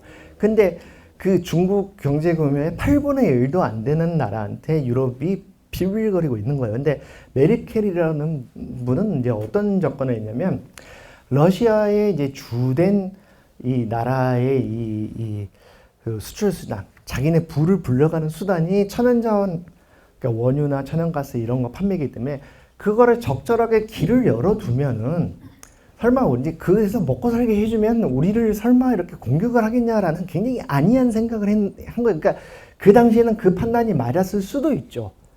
그렇지만 결과적으로는 아닌 걸로 분명히 판단이 됐고 그래서 전쟁이 벌어져 가지고 어마어마하게 충격을 받고 있기 때문에 이 메르켈이라는 분이 저희 사실 조선일보에서도 이제 그 국제행사 이런 데 좀 모셔보려고 초청장도 보내보고 어쩌고 했는데 전혀 꼼짝 안 하고 독일에 있는 사람들 얘기 들어봐도 집 밖으로도 거의 안 나온다. 심지어는 산책도 거의 못 한대요. 왜냐면 돌 맞을까 봐. 진짜 농담이 아니라. 그렇대요. 그래서 거의 집에서 직구하고 있는 수준이거든요. 여행도 못 가요, 이분은. 거의 그 수준이거든요. 그래서 이제 보면은 어떻게 되냐면 아까 제가 말씀드렸던 하버드의 니얼 퍼거슨이라는 이 경제사학자가 이제 어떻게 얘기를 했냐면은 자, 유럽이 없어진 게 이제 여러 가지가 있는데 크게 세 가지가 있다는 거예요. 그게 하나는 뭐냐면 미국으로부터 안보를 제공받는 게 이제 사라졌다. 그러니까 트럼프가 맨날 얘기하잖아요. 유럽에. 야, 너네 나라는 너네가 국방비 쌓고 너네가 지키지 왜 우리가 지켜주냐 이 얘기를 하잖아요. 그러니까 그게 이제 없어진 게 굉장히 커요. 왜 그러냐면 기본적으로 유럽 국가들은 국방비를 굉장히 적게 썼어요. 미국이 와서 지켜주니까. 지켜주고 그래서 그 돈을 사회 발전이나 특히 복지 이런 데 쓸 돈이 많았어. 근데 그거를 갑자기 미국이 이제 끊어버린 거죠. 그러니까 쉽게 비유하자면 그런 거예요. 여러분들 이제 살림하시는데 매달 그러니까 뭐 한 달에 그 가계 규모가 이제 지출이 한 500만 원 된다고 했을 때 매달 한 100만 원은 시댁에서 딱 보내주고 그랬는데 그걸 수십 년 그렇게 살았는데 갑자기 그 100만 원 안 보내주면 어떻게 돼요? 굉장히 힘들어지잖아요. 그런 일이 발생을 하고 있는 거예요. 그래서 이거는 이제 뭐냐면 나토에서 나토 회원국들이 어떻게 되죠? 이제 몸으로 묶여져 있어요. 그래서 특정한 회원국이 공격을 받으면은 군사적으로 자동 개입한다고 돼 있어요. 그래서 트럼프가 우리가 너네를 지켜준다고 얘기를 하는 건데 저게 이제 이 국방비를 너무너무 적게 썼던 거예요. 그래서 이쪽에 약간 좀 옅은 색으로 된 게 이제 10년 전에 이제 이 국방비를 이제 유럽 국가들이 GDP 대비해서 얼마를 썼냐 이런 건데 보통 한 1% 정도밖에 안 썼어요. 1% 좀 넘는 수준. 자, 독일을 볼게요. 독일 어디냐? 어디 중간에 있죠? 네, 여기 보면은 1% 좀 넘게 썼잖아요. 근데 이제 어때요? 이제는 2% 좀 넘게 가는 거죠. 근데 저거는 전체 예산 대비가 아니고 GDP 대비해서 한 해 쓰는 돈을 얘기하는 거거든요. 근데 독일의 GDP랑 독일이 큰 나라이기 때문에 작년에 독일 GDP가 우리나라 돈으로 한 6,500조 원이 됩니다. 그럼 1%는 얼마예요? 65조예요. 65조라는 돈인데 그거를 1%에서 2% 쓰면 어때요? 한 60조만큼 더 쓰는 거예요. 지금 이것만 봐도 그렇게 되는 거예요. 그러면 어때요? 연간 예산을 짤 때 정부에서 짤 때 그만큼을 국방비를 그만큼 늘린 만큼을 딴 데를 줄여야 되잖아요. 그러니까 이제 굉장히 고민이 커지는 거예요. 프랑스에서 재정위기 나가지고 되게 이렇게 그 반발들이 많잖아요. 근데 프랑스 정부가 부채가 너무 쌓이니까 어쩔 수 없어가지고 그렇게 하는 건데 이제 그렇게 하면서도 프랑스 정부가 어떻게 하냐면 러시아의 위협이 있기 때문에 국방비 자체를 줄이지를 못해요. 그래서 국방비는 그대로 두고 전체적으로 지출을 줄이려고 하니까 어때요? 다른 특히 이제 복지나 이런 거를 많이 줄인다고 하니까 국민들이 엄청나게 반발을 하는 거거든요. 원래 줬다 뺏기는 어렵잖아요. 받던 혜택을 뭐 이렇게 할 수가 없으니까 더 반납할 수 없으니까 이제 그런 상황인데 지금 폴란드 같은 경우 어때요? 지금 GDP 대비 4%까지 쓰고 있어요. 그래서 저 나라가 어떻습니까? 우리나라 전차를 사가잖아요. 그러니까 이제 저런 데서 우리나라가 기회를 갖고 있는 겁니다. 그러니까 지금 새로운 시장이 커지고 있는 거예요. 그래서 방산이라고 하는 게 되게 중요한 거거든요. 첨단 기술도 필요한 거고. 그래서 이제 이게 보여주는 거는 뭐냐면 그만큼 이제 좀 뭐랄까 유럽 국가들이 옛날에 자기네들이 쓰고 싶었던 어떤 평화를 위해서 국민들의 이제 국리민복을 위해서 복지를 위해서 쓰던 돈을 이제 더 이상 쓰기가 어렵게 돼가고 있다 이런 거고 나토의 가이드라인은 2%인데 트럼프라는 사람은 어때요? 5%까지 쓰라고 이제 엄청나게 압력을 두고 있죠. 그러니까 이제 굉장히 유럽이 이제 어려워지는 건데 지금 이제 나토 회원국은 뭐 어떻게 되냐면 32개 나라예요. 32개 나라인데 미국하고 캐나다가 있고 나머지 30개는 유럽에 있거든요. 그러면은 자 보세요. 미국 입장에서는 32개 회원국이 있는데 그 중에 절반 이상을 미국이 쓰는 거예요. 그러면 트럼프 입장에서는 사실 이해가 가는 측면이 있어요. 야, 너네도 돈 써야지. 뭐 우리가 너네 지켜주는데 왜 우리만 돈 쓰고 너네는 돈 안 쓰냐 이런 건데 이것도 제가 아까 말씀드렸지만 적어도 이제 유럽이 옛날처럼 힘이 있으면은 대거리라서 하는데 힘이 빠지니까 대거리를 못 해요. 트럼프한테. 그러니까 이제 이런 현상이 벌어지는 거고 여기서 보면은 자, 작년 대비해가지고 한 650억 달러 정도 더 썼잖아요. 그 미국을 제외한 나토 회원국들이 650억 달러면 한 90조 원 되잖아요. 그러니까 어마어마하게 큰 돈들이 더 많이 들어가고 있다. 이렇게 볼 수가 있습니다. 그래서, 자, 요즘은 이제 여러분들 많이 얘기 들어보셨겠지만 AI 시대가 되면은 전기 공급이라는 게 엄청나게 중요하거든요. 그래서 스타게이트라고 오픈 AI에서 지금 이제 만들고 있는 데이터 센터가 있어요. 이게 2030년 이전에 가동이 된다는데 이 스타게이트라는 AI 전용 데이터 센터 하나를 굴리는데 원전 6개의 전기가 필요하다고 그래요. 그래서 사실 이제 제가 이제 투자를 잘 못하는 사람인데 뉴욕 증시에 미국의 이 원전 기업에 투자를 해가지고 수익이 조금 있습니다. 그게 이제 뭐냐면 이제 하도 사람들이 전기가 중요해진다라고 하니까 한 건데 정말 중요합니다. 근데 이 상황에서 어쩌냐면 유럽에서는 지금 러시아 우크라이나 전쟁을 하고 난 다음에 러시아에서 싼 값에 이렇게 이 천연자원을 가져오는 거에 이제 막혀버리니까 이제 어마어마하게 이 전기료가 비싸지고 있어요. 어마어마하게 비싸집니다. 지금 그래가지고 이 차이가 어느 정도냐면 작년 6월 기준인데 가정용 전기요금의 차이라고 하더라도 이것도 이제 뭐냐면 비율상으로 산업용도 거의 비슷하거든요. 그럼 보세요. 같은 양의 전기를 썼다고 했을 때 독일의 전기료는 중국의 몇 배, 한 5배 되잖아요. 이거는 견딜 수가 없는 거예요. 그러니까 전기요금이라는 것도 기업 활동을 할 때 원가에 들어가잖아요. 근데 이게 30% 40% 비싼 것만 해도 굉장히 차이가 큰 거예요. 근데 이게 한 2배도 아니고요. 5배 정도 차이 나버린다는 거는 이건 국가 경쟁력이 엄청나게 떨어지는 거거든요. 지금 보세요. 독일, 영국 이런데 지금 이제 이 나라들 특히 독일 같은 경우는 제가 뭐 여기 원전에 대해서 뉴트럴하게 말씀드리면 적어도 원전을 독일이 이제 2023년부터 완전히 이 셧다운 해가지고 전혀 이렇게 원전에 전기를 생산 안 하거든요. 그 이후에 분명히 전기료가 올라간 것만은 분명한 사실이에요. 그래서 그리고 영국은 어떻게 했냐면 영국 같은 경우는 풍력에 많이 의존을 했어요. 영국이 어때요? 이제 북해에서 불어오는 바람이 많잖아요. 전체 전기의 30%를 풍력 발전을 하고 이렇게 하는데 이제 전쟁이 나가지고 이제 뭐 천연가스나 이런 거를 이제 러시아에서 수입하기가 너무 어려워지니까 그러니까 이제 그런 상황에서 이제 영국은 바람마저도 2020년대 들어서 풍력 발전이라는 게 바람이 부는 거니까 약간 이제 인간이 통제할 수 없는 그런 분야잖아요. 그러니까 굉장히 바람이 적게 불고 천연가스 수입 비용은 늘고 그렇게 해가지고 이제 굉장히 어려워지고 있는 겁니다. 이게. 그래서 이제 EU에서 어떻게 해야 되냐 리파워 EU 해가지고 이 전력 생산 에너지 공급 이게 이제 굉장히 큰 문제가 되는데 러시아에서 들여오는 거를 엄청나게 줄인 거예요. 줄일 수밖에 없죠.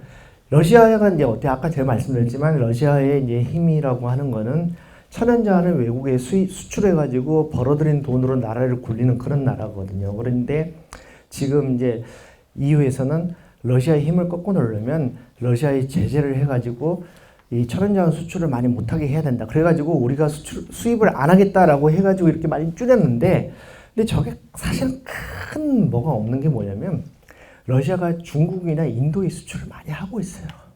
EU에서 많이 줄어든 만큼 그거를 다 벌충을 못하지만, 그러니까 이제 유럽이라고 하는 게 이제 힘이 떨어지니까 뭐냐면 유럽이 자꾸 인도에다가 얘기를 해요. 인도에다가 중국에도 그렇고 너네 러시아산 자원을 수입하지 말아라라고 세게 얘기를 하지만 어때요? 말 안 들어요. 이미 인도만 해도 자기네들 커질대로 커졌거든요. 말 안 들어요. 그러니까 이제 이 유럽의 영이라고 하는 게 이제 잘 안 쓰고 이제 이런 상황입니다. 자, 그래서 그다음 이 6번째 키워드. 자, 이거는 뭐냐? 일하고 싶어요. 이게 이제 2회 일하고 싶어요라고 했냐면, 자, 유럽 하면 우리나라 지금 주 4.5일째 얘기가 나오잖아요. 근데 유럽은 사실 일을 많이 안 해요. 말 안 하고 많이 일을 안 하고 프랑스 같은 데는 여름에 휴가를 굉장히 길게 갑니다. 길게 가는데 어쩌냐면 막 그 파리 시내에서 이제 한 7월 말 정도가 되면 문 닫은 상점이 너무 많고 뭐 일이 안 돼요. 뭐 행정관서도 그렇고 무슨 이메일을 보내잖아요. 그러면 뭐 한 5초도 안 돼가지고 자동 회신이 와요. 언제까지 휴가니까 그때까지는 연락이 안 됩니다라고 와요. 그러니까 도대체 우리나라에서 상상도 할 수 없는 그런 일들이 벌어지는데, 근데 이 일을 적게 하는 거에 그 숨겨진 진실 같은 게 있어요. 근데 그거를 보여드리려고 그래요. 그래서 이제 연평균 근로시간을 보면은 확실히 우리나라가 일을 더 많이 하는 건 사실입니다. 근데 어때요? 미국도 일을 상당히 많이 하는 편이잖아요. OECD 회원국이 38개인데 보면은 한국하고 미국은 평균보다 높아요. 근데 유럽 국가들은 훨씬 더 적죠. 그래서 프랑스하고 미국을 비교하면 연간 근로시간이 1인당 한 300시간 차이 나는데 굉장히 뭐 상당히 큰 차이죠. 근데 중요한 게 뭐냐면 이 근로시간이라고 하는 거는 모든 근로자의 평균이거든요. 근데 이게 뭘 얘기를 하냐면, 자, 누구나 괜찮은 직장으로 생각하는 대기업 정규직만의 얘기라고 하면 얼마나 좋겠어요. 근데 그게 아니라는 겁니다. 그래서 이게 진실을 보여주는 건데, 요거는 뭐냐면 EU 집행위원회에서 EU에서 지네가 만든 자료예요. 그러니까 유럽에서. 자, 지금 왼쪽에 있는 세로축, 요거는 뭐냐면은 주당 근로시간이에요. 주당 근로시간입니다. 근데 이렇게 쭉 옆으로 가는 거는 정규직의 주당 근로시간이에요. 그러니까 40시간이 조금 넘죠. 이 아래 파란색 쪽으로 옆으로 쭉 가는 거는 뭐냐면 비정규직의 근로시간이에요. 주당 근로시간입니다. 근데 요 중간에 주황색 선 쭉 우상향하는 거 있잖아요. 그거는 뭘로 봐야 되냐면 이 오른쪽 세로축으로 봐야 되는데 이거는 퍼센티지거든요. 이거는 이제 퍼센티지인데 뭐냐면 비정규직의 비율이에요. 근데 이게 뭘 얘기를 하는 거예요? 사실 굉장히 한 20년 동안에 유럽에서 실질적으로 개인당의 근로시간은 바뀐 게 없어요. 다 평행이잖아요. 없는데 전체적으로 근로시간이 더 줄어든 거는 왜 그래요? 비정규직이 많아져서 그런 거예요. 일을 적게 하는 비정규직의 비율이 엄청나게 높아진 거예요. 이걸 뭘 얘기를 하면 경기가 나쁘고 경제 성장이 더디니까 좋은 일자리를 제공을 못하게 되는 거예요. 그러니까 어쩌냐면 기업들이 힘드니까 정규직을 많이 제공을 안 하고 비정규직만 많이 늘리는 거예요. 근데 비정규직들은 짧게 일하는 거예요. 왜냐면 이제 제대로 된 직업이 아니니까. 그렇다 보니까 전체적으로는 근로시간이 줄어든 거지만 실질적으로는 그렇지 않다는 거예요. 이게 보여주는 거예요. 그러니까 이제 이런 것만 보고, 그래서 유럽에서 주당 근로시간이 몇 시간이다 이것만 보고 유럽 사람들은 일을 적게 해서 좋겠다라고 생각할 게 전혀 아니라는 겁니다. 이건 뭐냐면, 자, 유럽에서 일을 더 하고 싶어 하는 사람의 비율이에요. 이거는 유럽에서. 자, 그러면 이건 뭐냐면 이 주황색 선은 비정규직이에요. 비정규직들은 일을 더 하고 싶은 사람이 많은 거예요. 그리고 이제 이 제일 아래에 있는 선은 정규직들. 정규직들은 자기네 이제 고용보장이 돼 있잖아요. 그러니까 이 사람들은 일을 더 하고 싶어 하는 사람이 적어요. 그런 거고, 이 중간에 파란색이 전체인 건데, 근데 이건 뭐냐면, 자, 비정규직들은 정말 이렇게 소득이 낮기 때문에 일을 더 해서라도 돈을 더 벌고 싶지만 그렇게 하지 못한다는 것을 보여주는 겁니다, 이게. 그러니까 정말로 이렇게 뭐 저 사람들은 일 적게 해서 좋겠다라고 우리가 생각할 거는 아니라는 얘기예요. 그러니까 전체 그림을 봐야 된다는 얘기고, 그래서 이제 이게 보여주는 거는, 이제 유럽이 생각보다 정말 일을 적게 하는 게 경제가 안 좋아서 일을 적게 하는 측면도 분명히 있긴 있는 거구나, 라는 거를 보여주는 거예요, 이게. 그래서 참 놀라운 건 뭐냐면, 이 사회복지에 쓰는 비용인데요. 이게 유럽에서 이제 어마어마합니다. 어마어마한데, 이게 뭐냐면, GDP 대비해가지고 한 해에 정부가 복지 비용으로 쓰는 돈의 비율인데, 지금 보세요. OECD 평균이 20% 조금 넘죠? 근데 한국은 어때요? 한 15%대 정도 되잖아요. 그러니까 우리나라는 이제 복지에 쓰는 돈이 여전히 좀 적긴 적습니다. 여전히 적긴 적은 거고, 근데 프랑스는 30%잖아요. 이게 얼마나 큰 돈이냐면, 프랑스 작년에 GDP가 한 4,400조 원 정도 됩니다. 그거의 30%라고 하는 거는 1,300조 원대가 되는데, 정부가 재정으로 나라 돈을 써가지고 국민들한테 복지로 주는 돈이 한 해에 그 정도가 된다는 어마어마한 건데, 그 자체는 그렇게 문제가 되지 않을 수 있어요. 왜냐하면 경제가 계속 순환이 돼가지고 그걸 줄 수 있으면은 상관이 없죠.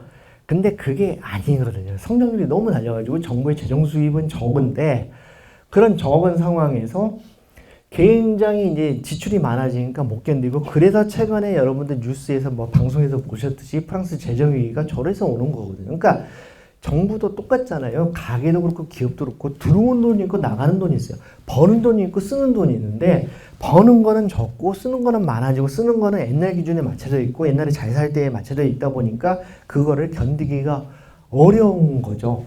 그래서 이 30%에 달하는 거에 거의 한 절반이 뭐냐면 연금. 프랑스 같은 경우. 그래서 어떻게 되냐면 마크롱 대통령이 연금 개혁을 하려고 애를 썼다는 이런 기사들은 여러분들이 다 들어보셨을 거예요. 근데 그게 왜 그러냐면 그게 지속 가능하지 않다는 걸 알거든요.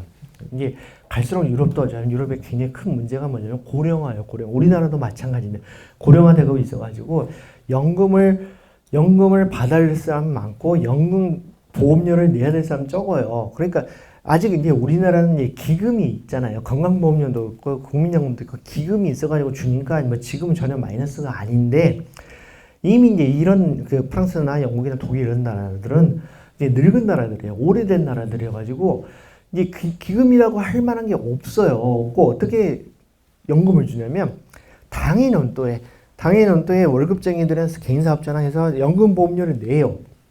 그럼 그 돈이 있을 거 아니야? 근데 그 돈으로 연금을 받아야 될 사람들한테 연금을 다 못 주죠. 당연히 못 주니까 모자라는 만큼을 약속한 분량에서 모자라는 만큼을 정부에서 세금으로 나라 돈으로 쏴줘요.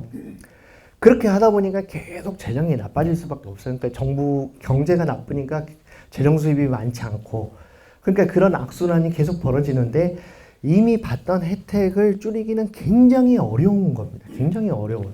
그래서 프랑스 같은 경우는 어떠냐면, 우리가 참 이해가 안 가잖아요. 그러니까 여러분들 중에 아마 이해가 안 간다고 느끼신 분들이 많을 텐데, 연금개혁에 나라가 망한다고 연금개혁 한다는데 왜 그렇게 강하게 반발을 하냐, 이제 이렇게 보면 이제 우리가 이해할 수 없는 거는 어떤 측면들이 있냐면, 일단은 유럽 사람들은 군대를 안 가잖아요. 그리고 대학도 다 안 가요. 그러니까 평균적으로 직장 생활을 시작하는 평균 연령이 22.5세밖에 안 됩니다. 프랑스 같은 경우는.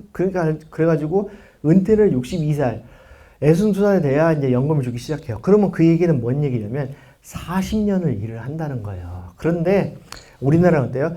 다 대학 가죠. 그리고 남자들은 다 군대 가죠. 그래가지고 취직하면 27살, 8살, 9살 되잖아요. 그래가지고 한 60살까지 일한다고 해봤자 이 직업인으로서 커리어 길이가 30년이거나 30년도 안 되는 사람도 있어요. 길어야 33, 4년밖에 안 되는데, 근데 프랑스 같은 경우에 40년 일하는데 너 연금 받기 위해서는 42년 일해. 그러니까 이제 완전 뚜껑이 열리는 거예요. 그 사람들 입장에서는 그런 거예요. 그러니까 우리는 아니 나라 망한다는데 왜 이렇게 반대를 해? 라고 하지만 그 사람들은 그런 사정이 있는 거예요. 이제 그런 게 있는 거고, 그리고 이제 어떤 사회 구조의 탓인데, 이제 오래된 나라다. 이제 오래된 나라라는 게 어떤 거냐면 눈에 안 보이는 귀족 계급이 여전히 있어요, 사회에. 영국하고 프랑스가 특히 심합니다. 그래서 이제 그거는 이제 뭘 얘기를 하냐면 평범한 사람들한테 복지 혜택을 많이 줘가지고 너네가 불만을 갖지 말고 우리 어떻게 사는지 우리 귀족 후손들이 어떻게 사는지 관심 갖지 마. 너네 알아서 살아. 우리가 너네 먹고 살 만큼 던져줄 테니까 도식적으로 얘기하면 그랬는데 그게 어떤 암묵적인 사회적 약속이거든요. 근데 그게 이제 깨지는 거예요. 이제 연금 개혁을 하면은 이제 프랑스 일반 국민들 같은 경우는 아니 뭐 너네가 그렇게 먹고 살 만큼 너네가 이제 귀족 후손들 잘 먹고 잘 살게 우리가 일반 대중들이 용인을 해줬는데 우리한테 주기로 한 거를 왜 안 줘? 이런 식의 반응이 나오니까 정서적으로 우리하고 생각하는 게 완전히 다릅니다. 그러니까 지금 이제 유럽이 재정상으로 굉장히 안 좋아지는데 해결이 되게 어려운 게 이제 이런 이유들이에요. 그러니까 해결이 되게 어렵습니다. 그러니까 이제 우리나라가 어쩌냐면 우리나라는 식민지 경험도 있잖아요. 그리고 외환위기가 와가지고 IMF에서 구제금융도 받았잖아요. 그래서 우리나라 사람들은 나라를 살려야지라는 그런 생각들이 강해요. 그러니까 개인들이 희생을 조금 해서라도 나라를 살려보겠다는 생각이 있지만 영국이나 독일이나 프랑스나 이탈리아 이런 나라에 사는 사람들은 전혀 그런 생각이 없어요. 나를 희생시켜서 나라를 이롭게 하겠다는 생각이 손톱만큼도 없습니다. 그런 생각 자체를 하지 않고 살아요. 그래서 이걸 보여드린 건 뭐냐면, 자, 이게 경제는 나쁜데 복지로 지금까지 쏟아놓은 돈은 엄청나고 이거를 한꺼번에 줄일 수도 없고 그래서 굉장히 사회적으로 엄청나게 딜레마가 있고 해결이 안 되고 지금 이제 이런 상황이 가지고 뭐 기술 개발이나 이런 게 되겠어요. 이게 안 되는 거죠. 이게 굉장히 어려운 상황이고 요거는 제가 이제 선진국들이 요즘 나라 살림을 어떻게 하고 있냐를 보여주는 건데 이거는 쉽게 말해서 자, 각 나라 정부가 세금 수입을 이만큼 가져간다는 거고 GDP 대비해서 쓰는 걸 이렇게 간다는 거. 근데 보세요. 정부 지출 비율이 우리나라도 마찬가지로 다 더 높잖아요. 그러니까 정부라는 데들이 선진국 정부라는 데들이 전부 다 어쩌냐면은 적자 살림을 해야 하는 거예요. 그러니까 수입보다 더 쓰는 돈이 많아요. 그러면 모자라는 건 어때요? 국채를 발행해서 빚을 내잖아요. 나라들이 다 이렇게 살아요. 근데 이 정도가 유럽이 훨씬 심하다는 거고 이제 이런 것도 이제 세계를 돌아가는 상황을 이렇게 여러분들 이해를 하는 데 있어서 좀 필요한 데이터다. 이제 이렇게 볼 수 있는 거고 프랑스 같은 데는 어때요? 수입. 그러니까 세금도 굉장히 많이 걷고 돈을 쓰기도 엄청 많이 쓰는 거예요. 근데 이런 경제가 되려면 굉장히 성장을 많이 해줘야 되는데 더 이상 이제 성장을 많이 못하고 있어서 큰 문제가 되고 있다.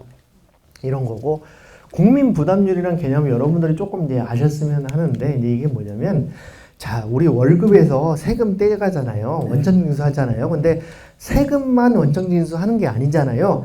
건강보험료, 고용보험료 다 떼가잖아요. 그렇잖아요. 그래서 이제 세금하고 사회보험료를 GDP 대비해서 국민들이 얼마나 부담을 하느냐. 이제 이거를 이렇게 이제 보여주는 건데 이거를 보시면 자, 프랑스나 이런 이탈리아 이런 나라들은 엄청 비율이 높잖아요. 그러면 저게 뭘 얘기를 하냐면 사실은 근로 의지를 많이 꺾는 거예요. 굉장히 저렇게 많이 걷어가지고 복지로 많이 돌려줄게라고 정부에서 얘기를 하지만 기본적으로 내가 월급을 받았을 때 원천징수해서 내야 되는 게 너무 많으면 근로 의지가 많이 안 생기잖아요. 그러니까 열심히 해야 되겠다는 그런 게 별로 안 생기는 거예요. 그래서 이 비율이 프랑스나 이탈리아만큼 높아진다. 이건 너무 높거든요. 이렇게 되면은 전반적으로 활기가 안 돌고 내가 뭔가 더 열심히 해야 되겠다는 그런 생각 별로 안 하게 될 확률이 높아지는 건데 미국은 보세요. 미국은 이게 되게 유럽 국가들보다 훨씬 낮잖아요. 그리고 2000년이랑 비교하면 오히려 더 낮아졌어요. 그러니까 미국은 사실 의료 수준도 취약하고 복지가 되게 안 되는 나라예요. 그렇기 때문에 저 비율이 낮은 건데 근데 세상의 모든 일은 정도의 문제거든요. 그러니까 미국이 그래서 복지가 취약하긴 하지만 그만큼 또 액티브하고 남보다 뭔가를 더 성취를 하는 사람들은 자기 주머니에 돈이 훨씬 많이 들어가는 구조거든요. 근데 이제 주의할 게 뭐냐면 우리나라의 이 국민 부담률이라고 하는 게 한 30%가 됐어요. 거의 29%, 30%가 됐는데 이게 이제 아무래도 고령화가 더 심해지고 그러면 30%를 넘어가가지고 한 이제 영국 수준까지 올라가지 않을까 싶어요. 몇 년 안에. 그런데 이거는 굉장히 사회를 정체시킬 가능성이 높고 이제 우리나라 저성장으로 가는 거고 이렇게 봐야 되는 거죠. 네. 그래서 뭐가 있냐면 저는 이제 어떤 생각을 하냐면 요즘 한국 사회에서 굉장히 큰 문제가 저는 뭐라고 생각하냐면 이 고용 유연성이 너무 낮아진 게 문제라고 생각을 해요. 이게 뭐냐면 직장에서 민간 기업에서 고용 보장이 너무 잘 이루어져요. 그래서 여러분들 우리 머릿속에는 외환위기 때 막 직장에서 막 쫓겨나는 사람들 막 이런 기억이 너무 생생하잖아요. 근데 저는 정말 중요한 포인트라고 보는데 최근에 삼성전자 좀 살아나고 있지만 작년 재작년 되게 어려웠잖아요. 근데 어려운 이유가 뭐냐면 딴 게 아니라 안 쫓겨나니까 사람들이 게을러졌어요. 지금 여러분들 주변에 대기업 다니신 분도 있겠지만 회사가 이 적자를 내고 있지 않는 한 정규직을 본인이 원하지 않는데 해고하는 게 거의 불가능해졌어요. 그래가지고 요즘은 임원이 안 돼도 한 50대에서 그냥 월급 받으면서 왔다 갔다 하면서 사는 사람이 되게 많아요. 그래서 언론에서 보면은 삼무원, 엘무원이란 말이 등장을 해요. 삼성이나 LG를 공무원처럼 다닌다고. 근데 그게 이제 뭘 얘기를 하냐면 자, 정규직 보유를 너무 강하게 해주는 건데 이제 그건 심플해요. 뭐냐면 직장 내 괴롭힘 방지법이라는 거 여러분 들어보셨잖아요. 그게 우리 사회에 미치는 영향이 굉장히 큽니다. 그러니까 옛날에는 사실 이제 우리나라 노동법이라고 하는 거는 정규직을 해고할 수 없게 돼 있었어요. 원래 수십 년 전부터 그랬어. 근데 그게 현장에서 안 지켜졌던 게 뭐냐면 모멸감을 줘갖고 쫓아내는 거예요. 막 불러 업무를 안 주거나 책상을 뭐 이렇게 입구에 배치하거나 막 이런 식으로 막 화장실 앞에서 너 일해라 뭐 이러고 있는데 요즘은 그렇게 하면 직장 내 괴롭힘 방지법으로 다 고용주가 처벌을 받습니다. 그러니까 어떻게 되냐면 그게 저는 우리나라 사회를 많이 바꾼다고 보는데 이 쉽게 말해서 공무원이나 교사를 선택한 사람들이 굉장히 생애 소득 면에서 불리해졌어요. 되게 별로 안 잘리거든요. 그러니까 뭐 한 2010년 전후로 해가지고 교대 같은 데 입학선이 엄청 높았잖아요. 근데 요즘 안 그렇잖아요. 근데 그게 이제 어떤 거냐면 고용 유연성의 차이예요. 그게 대기업 단위 다 안 잘리거든요, 요새. 그러니까 그 차이가 큰 건데, 근데 이 얘기를 왜 하냐면 유럽이 정말로 고용 유연성이 굉장히 낮습니다. 낮고 그래가지고 프랑스나 영국이나 독일 같은 데는 굉장히 고용 보장이 잘 돼요. 고용 보장이 잘 되고 복지를 잘 해줘요. 그러니까 이제 어떻게 되냐면 정규직을 한 명을 프랑스 같은 데 고용을 하잖아요. 하면은 연봉을 1억을 준다고 그러면 그 직원 앞으로 사회보험료니 건강보험료니 이런 것들 있잖아요. 여러 가지 뭐 연금보험료 이런 것까지 해가지고 연봉 1억짜리를 고용하면 4천만 원, 4,500만 원을 지출을 해야 돼요. 그러니까는 어떻게 되냐면 고용을 별로 안 합니다. 그러니까 이게 세상의 일이라는 게 모든 게 정도의 문제인데 그러니까 이제 경기는 나빠지고 한번 채용을 하면은 못 쫓아내니까 고용을 별로 안 해요. 그리고 고용을 하면은 그 사람 밑으로 복지 혜택을 엄청 많이 줘야 되니까. 여러분들 상상해 보죠. 우리나라가 어때요?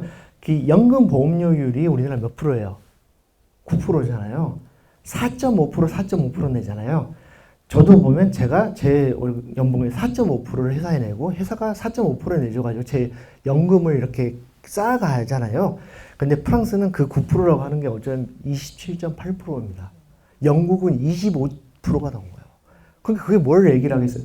연금 혜택이 좋은 걸로 볼 수도 있지만 기본적으로 고용주가 사람을 쓰면은 엄청나게 많은 복지 비용을 감당을 해야 되기 때문에 경제가 계속 순항하면 상관이 없는데 지금처럼 저성장이면 굉장히 애를 먹는 거죠. 그래가지고 어쩌냐면 이게 보여주는 게 뭐냐면 이 아래 마름모는 뭐냐면 전체 실업률이에요. 전체 실업률.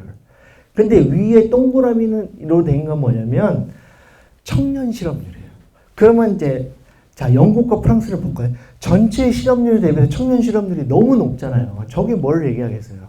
그러니까 일단 좋은 직장에 꼴이는 해버리면 그거로 땡이에요. 그냥 놀아도 되고 일 열심히 안 해도 돼요. 그러니까는 경기 나쁘고 그런 상황에서 젊은 사람들을 취업을 많이 안 시켜요. 그게 이 현상이 우리나라에도 나타나고 있어요. 그래서 삼성이나 LG 다녀도 임원 안 된 사람들 54살, 5살 다 부장으로 다니면서 연봉 1억 5천, 2억씩 다 받고 그러니까 어때요?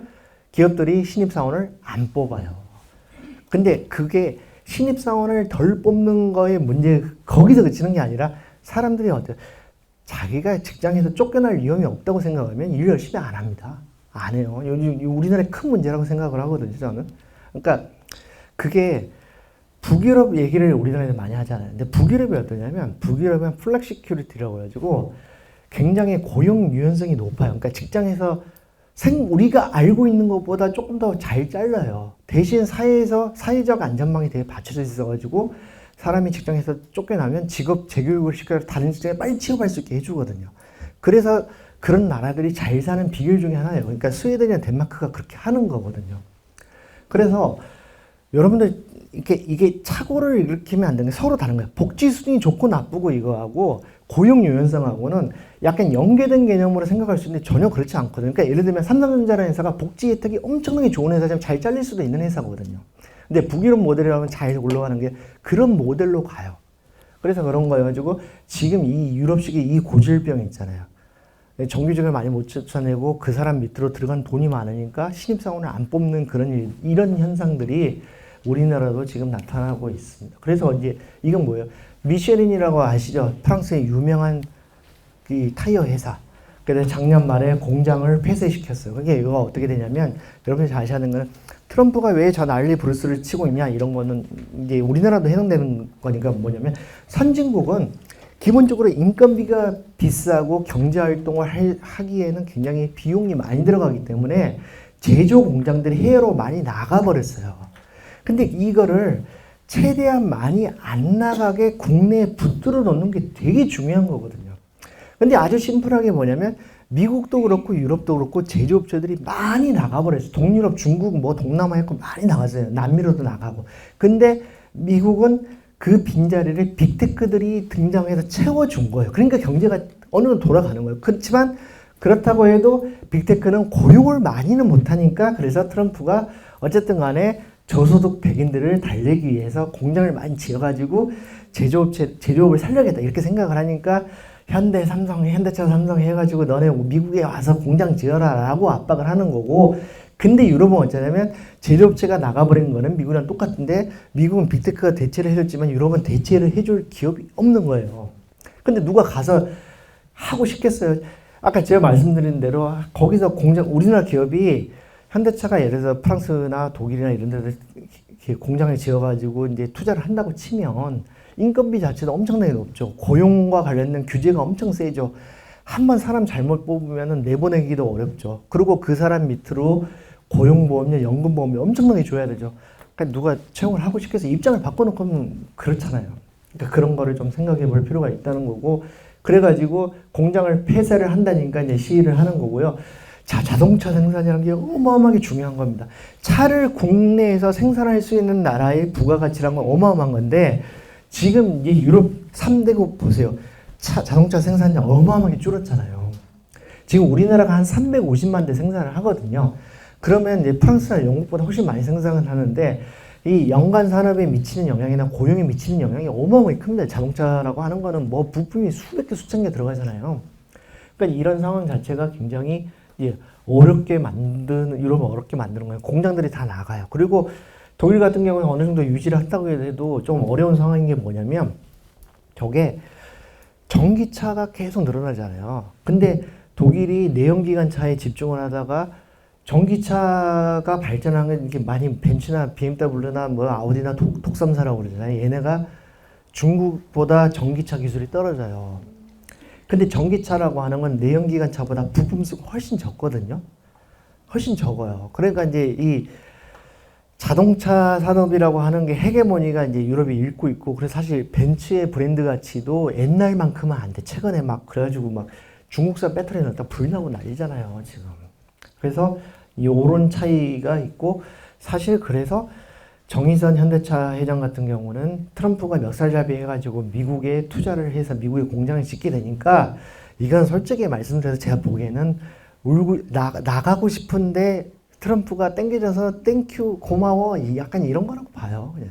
근데 그걸 우리가 방치를 해야 되냐 그런 건 아닌 거예요. 그러니까 조금은 약간 고용 유연성도 좀 더 높여가지고 기업들이 조금 더 그래도, 그러니까 아까 제가 말씀드렸듯이 서두에 드린 말씀이 뭐예요? 그러니까 미국에서 글로벌 금융위기가 나가지고 새로운 산업으로 발전을 많이 했다는 거죠. 그러니까 유럽이 잘 안 되는 게 뭐냐면 고용 유연성이 지나치게 낮아가지고 해고가 안 되면은 기업도 그렇고 개인도 그렇고 새로운 산업에 도전하거나 이런 걸 안 해요. 뭔가 발전을 하고 이런 게 아니라 계속 어제, 그제, 5년 전, 10년 전에 밥 먹듯이 그 밥 먹고 살던 그 시스템을 그대로 유지를 하려고 그러거든요. 그래서 유럽이 잘 안 되는 거거든요. 근데 우리나라는 어때요?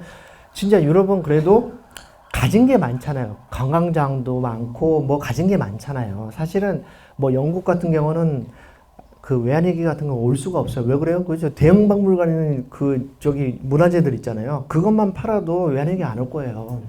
그러니까 가진 게 달라요. 그래서 이제 우리나라 같은 경우 제가 강조하는 포인트가 뭐냐면 좀 더 경제를 그러니까 활력 있게 이렇게 굴러가게 해야 되는데 사람들이 기업에 있는 사람들이 이제 지금 다 뭐 열심히 안 하고 계속 뭐 주식창이나 쳐다보고 있고 그렇게 살기 때문에 이제 우리나라도 미래가 그렇게 밝은 건 아니다. 이제 이렇게 보여지고요.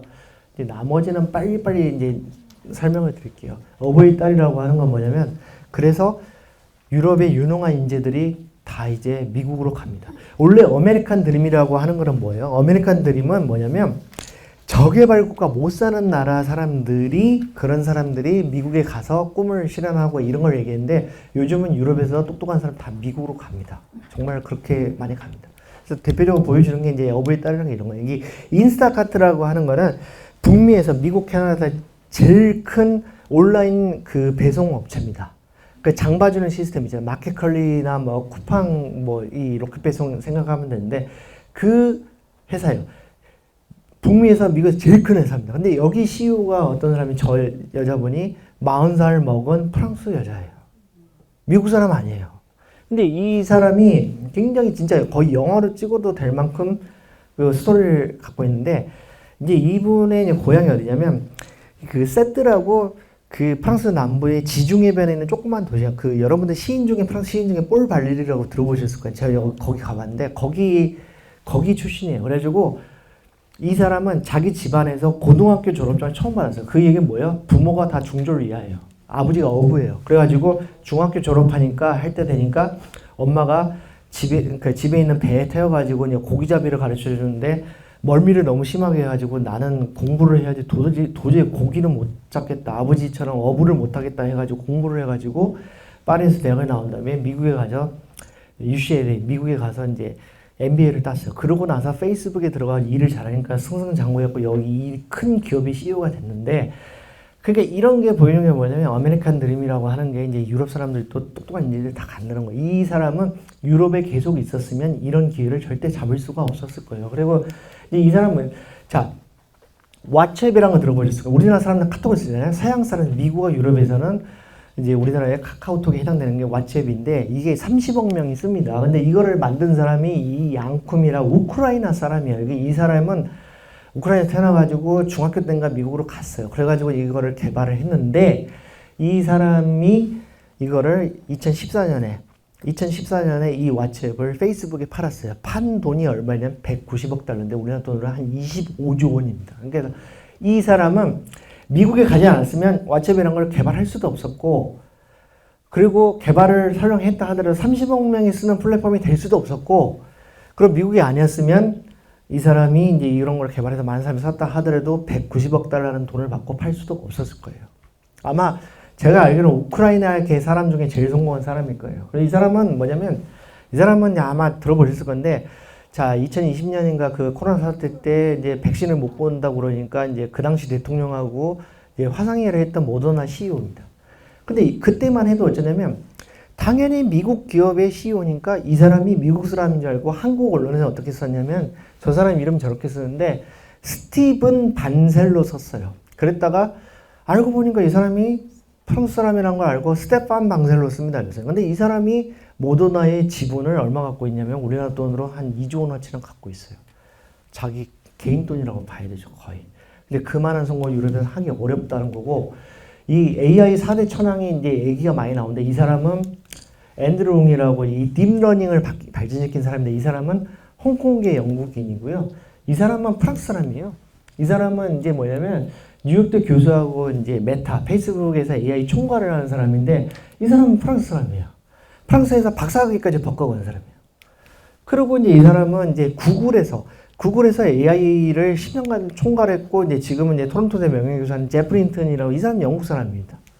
그리고 이 사람은 이제 뭐냐면 몬트리올 교수인데 요시아 벤지오 교수로 이 사람 삼성전자하고 협력을 많이 해요. 이재용 회장이랑 연락을 자주 하는 사람이야. 근데 북미에서 활동하는 AI 4대 천왕이 공교롭게도 4명 중에 1명도 미국 출신이 없어. 다 4명, 2사람은 영국에 있고 2사람은 프랑스에 있었어요. 그러니까 이게 세상의 축이라는 게 어마어마하게 빨리 바뀐다 이런 거고, 마지막으로 보여드릴 거는 심플한 건데 포퓰리즘인데, 이게 뭐냐면, 자, 이게 기본적으로 이 난민이나 이민자가 많아지는 거 있잖아요. 난민이나 이민자가 많아지는 거는 어떠냐면 세계적인 양극화예요. 그러니까 예전 너무 먹고 살기가 힘들어지니까 기본적으로 아프리카나 중동에서 이렇게 못 사는 사람들이 잘 사는 나라로 가보자 해서 가는 거예요. 이동을 하고 이런 건데, 유럽에서 왜 이렇게 이제 문제가 심각하냐면, 이 난민과 관련된 문제 심각하냐면, 기본적으로 경제 성장이 더디기 때문에 백인들이 이민자들을 위해서 파일을 못 떼어주는 거예요. 자기는 먹고 살기도 힘드니까. 근본적으로 그게 제일 큰 문제거든요. 그러니까 굉장히 사회적 갈등이 심해지는 거고, 그리고 이제 미국 같은 경우는 어쨌든 간에 미국 시민권을 갖고 있으면 인종이 좀 달라도 사회적 상류층으로 올라갈 길이 그래도 유럽보다는 좀 덜 열려있는 편인데, 유럽에 가서 제가 살아보면은, 그 유색인종은 거기서 시민권을 갖고 있는 사람이라 하더라도 기회를 잡기가 굉장히 어렵습니다. 정말 어려운 거고, 그래서 이 포퓰리즘이라고 하는 거는 이제 뭐냐면, 이제 그 구구정당이라는 표현을 써요. 구구정당은 이제 한국에서의 구구라는 뭐 이렇게 표현하고 좀 다른데, 뭐냐면, 유럽에서는 이제 노골적인 인종주의를 얘기를 하는 거예요. 그러니까 그런 정당들의 지지율이 굉장히 높은데, 여기 이제 요거는 이제 독일의 이제 기민기사당이라고 이제 집권 정당이고, AfD라고 AfD 이게 독일을 위한 대안이라고 이제 이 극우 정당이에요. 그러니까 뭐냐면 자기네들이 먹고 살기도 힘들기 때문에 이민자들이 많이 몰려오고, 그리고 정부에서 이민자들을 위해서 뭔가 복지 혜택도 주고 하니까 내가 낸 세금으로 왜 나도 먹고 살기 힘든데 쟤한테 돈을 주냐 이런 식으로 반응을 하니까 굉장히 사회가 시끄럽고 그렇거든요. 그래서 그런 문제들에서 이제 헤어나지 못하고 있고, 이제 영국 같은 경우는 아예 이 영국 개혁당이라는 게 이 집권 노동당보다 지지율이 10%포인트나 높아요. 그러니까 이제 만약에 이제 이런 정당들이 이제 집권을 하게 되면, 프랑스 역시 국민연합이라고 이 극우 정당이 제일 지지율이 높아요. 근데 이런 정당들이 집권을 하게 되면 어떤 문제가 생기냐면, 저 정당들은 태생적으로 포퓰리즘을 지향하기 때문에 돈을 많이 뿌려요. 그러니까 기본적으로 우파라고 하는 거는 재정을 축소해서 이 씀씀이를 나눴던 씀씀이를 좀 줄이려고 하는 게 전통적인 우파들의 개념이거든요. 근데 극우 정당들은 그런 게 아니에요. 돈을 막 계속 주겠다라고만 얘기해요. 돈을 많이 주고 뿌려주고 뭐 이런 얘기만 많이 하거든요. 뭐 프랑스 같은 경우는 재정이 안 좋으니까 고속도로가 민자 고속도로가 많아요. 근데 프랑스 국민연합 같은 경우 어떤 공약을 내세우냐면, 고속도로를 전부 국유화해가지고 고속도로 통행료를 안 받겠다 이런 얘기를 하는데 굉장히 무책임한 얘기거든요. 물론 이제 집권을 하면 좀 달라질 수는 있어요. 그렇지만 지금 상황은 굉장히 어렵고, 그러니까 경제가 어려우니까 정치가 더 어려운 쪽으로 가고, 결과적으로 정치가 또 어려우니까 경제가 더 안 좋아지고, 이런 악순환이 생길 수 있는 거죠. 그래서 이제 보면은 이걸 짧게 말씀드리면, 자, 2022년에 이제 프랑스에서 이제 대선의 결선 투표했는데, 이 노란색이 마크롱이 이긴 데예요. 그리고 이제 이 국민연합의 마린 르펜이 이긴 데가 이제 이 짙은 색깔인데, 이게 자, 2017년에는 이랬는데 22년에는 이렇게 된 거예요. 그러니까 마크롱이 이기긴 했지만 이 마린 르펜이 득표를 한 게 훨씬 넓어졌죠. 근데 특징이 뭐냐면, 잠깐만요. 자, 요쪽은 그래도 조금 마크롱 지지율이 높잖아요. 근데 요쪽은 마린 르펜 지지율이 높습니다. 근데 5년 지났을 때도 요쪽은 그래도 마크롱 지지 많이 하잖아요. 근데 저게 어떤 차이가 있냐면, 저쪽이 서부의 북단 쪽은 좀 더 경제가 좀 낫고 IT 기업도 있고 조금 더 먹고 살만해요. 근데 이 북동쪽 여기는 어쩌냐면 미국의 러스트 벨트라고 그러잖아요. 공장이 있다 사라진대. 그러니까 백인 저소득층이 사는데, 그런 데가 이제 트럼프를 지지를 많이 했잖아요. 근데 유럽도 똑같은 현상이 저렇게 나타나고 있어요. 그러니까 이쪽이 뭐냐면 옛날에 공업지대였어요. 그랬다가 이제 경제가 나빠지니까 공장들이 많이 빠지고 그러다 보니까 못 살게 된 현지 백인들이 구구정당을 많이 지지하고 그런 현상들이 나타나고 있습니다. 그래서 이제 마지막으로 말씀드리고 싶은 거는 이제 제가 최근에 쓴 책인데 이게 쭉 뭐랄까 이게 이제 우리나라 GDP 추세거든요. 경제가 성장하는 것 대비 돈이 통화량이 엄청나게 많이 풀렸어요. 그래가지고 이 우리나라의 문제가 뭐냐면은 우리나라뿐만 아니라 전 세계적으로는 문제인데 자꾸 나라가 빚을 내 가지고 돈을 늘려요. 그러다 보면 어때요? 빈부격차가 커집니다. 빈부격차 커져요. 그래가지고 이제 정부에서 필요하니까 소비 쿠폰도 주고 어쩌고 하지만 그거를 세금 수입으로만 하는 게 아니라 아까 제가 보여드렸듯이 어때요? 정부들이 우리나라 포함해서 정부들이 수입 대비 지출이 더 많아요. 그러다 보면 그거면 그만큼을 국채를 발행해서 빚을 내는 거고 빚이 많아지다 보면은 결국은 그것도 이제 돈이 이렇게 늘어나는 원리가 되거든요. 그래서 왜냐면 국채를 발행을 하잖아요. 그러면 시중은행들이 인수를 합니다. 시중은행들 가져가지고 한국은행에 맡겨놓고 돈을 빌려가요. 그러면 그걸 가지고 대출 영업에 쓰거든요. 그렇게 하면 통화량이 많이 늘어나게 돼 있어요. 그런 원리예요. 그래서 자 이제 우리나라가 이제 처한 현실 이제 이런 걸 제가 조금 이제 바꿔서 이제 얘기를 한 거고요. 그래서 자 질문을 하실 분이 있으면 제가 좀 이제 성심껏 한번 제가 아는 선에서 말씀드려보도록 하겠습니다. 유럽의 전기요금 관련해가지고 프랑스는 원전 전 비중이 높다고 알고 있는데 네. 다른 나라하고 차이 없이 전기료가 킬로와트당 비싸더라고요. 아니 그래도 프랑스가 영국이나 독일보다는 확실히 조금 더 싸긴 쌉니다. 싸긴 싸요. 근데 이제 프랑스도 어쩌냐면 거기도 이제 그 환경 보호론자들의 목소리가 크기 때문에 그 프랑스도 기본적으로 원전을 축소하는 기조에 있어요. 그래서 제일 많이 이렇게 원전 비율이 올라갔을 때가 언제냐면 70%까지 갔거든요. 근데 2020년대 초반만 해도 전체 전력 생산에서 원전 비중이 70%였는데 그게 줄이는 추세에 있었어요. 근데 왜 그러냐면 신규 원전을 많이 안 지었어요. 많이 안 지어가지고 한 60% 정도 그 정도까지 떨어진 걸로 아는데 그렇게 떨어졌는데 근데 나머지를 뭘로 채우냐 이럴 때 역시 뭐냐면 예전에는 러시아산 천연가스가 굉장히 값싸게 들어왔어요. 그걸로 해결을 했는데 그게 이제 전쟁 이후에 올라가니까 프랑스도 전기요금이 굉장히 그 단가가 올라가게 된 거고 그러니까 프랑스도 이제 고민이 있는 거죠. 그래가지고 이제 원전을 사실은 프랑스가 원전 비율이 높긴 높지만 신규 원전을 21세기 들어서 많이 안 지었어요. 한 개인가 두 개인가밖에 안 지었거든요. 그러니까 지금 우리가 이제 그 체코의 원전 수주전에서 프랑스를 이긴 이유 중에 하나가 뭐냐면 프랑스가 최근에 원전을 많이 안 지었어요. 많이 안 지어가지고 이제 체코 애들이 웬만하면 그래도 팔이 안으로 굽는다고 프랑스 애들 걸 해주려고 했는데 근데 프랑스 사람들 공기가 너무 오래 걸리는 데다가 최근에 많이 안 지어봤다. 이 두 가지가 커가지고 우리나라를 선택을 한 거거든요. 쉽게 말씀을 드리면. 그래서 그 프랑스가 원전을 많이 돌려도 기본적으로 천연가스 수입하는데 비용이 너무 많이 들기 때문에 그래서 절대적인 기준으로는 전기요금이 그렇게 싸다고 보기는 어렵고 그래도 어쨌든 간에 원전은 그래도 절반 이상 가동하기 때문에 독일이나 저기 영국에 비해서는 좀 더 싸고 이런 겁니다. 또 다른 질문 하실 분. 유럽이 네. 그 유럽이 지금 말씀드렸던 그런 주식회사도 일찍 시작했고 금융도 발전시켰던 그 유럽이 기술도 뒤지고 금융도 미국보다 뒤진 여러 가지 그 몇 가지 원인을 정리해서 좀 한 말씀 해주시면 좋겠습니다. 그래서 아까 처음에 제가 이제 보여드렸던 그 벨기에의 브뤼셀에 있다는 싱크탱크 있지 않습니까?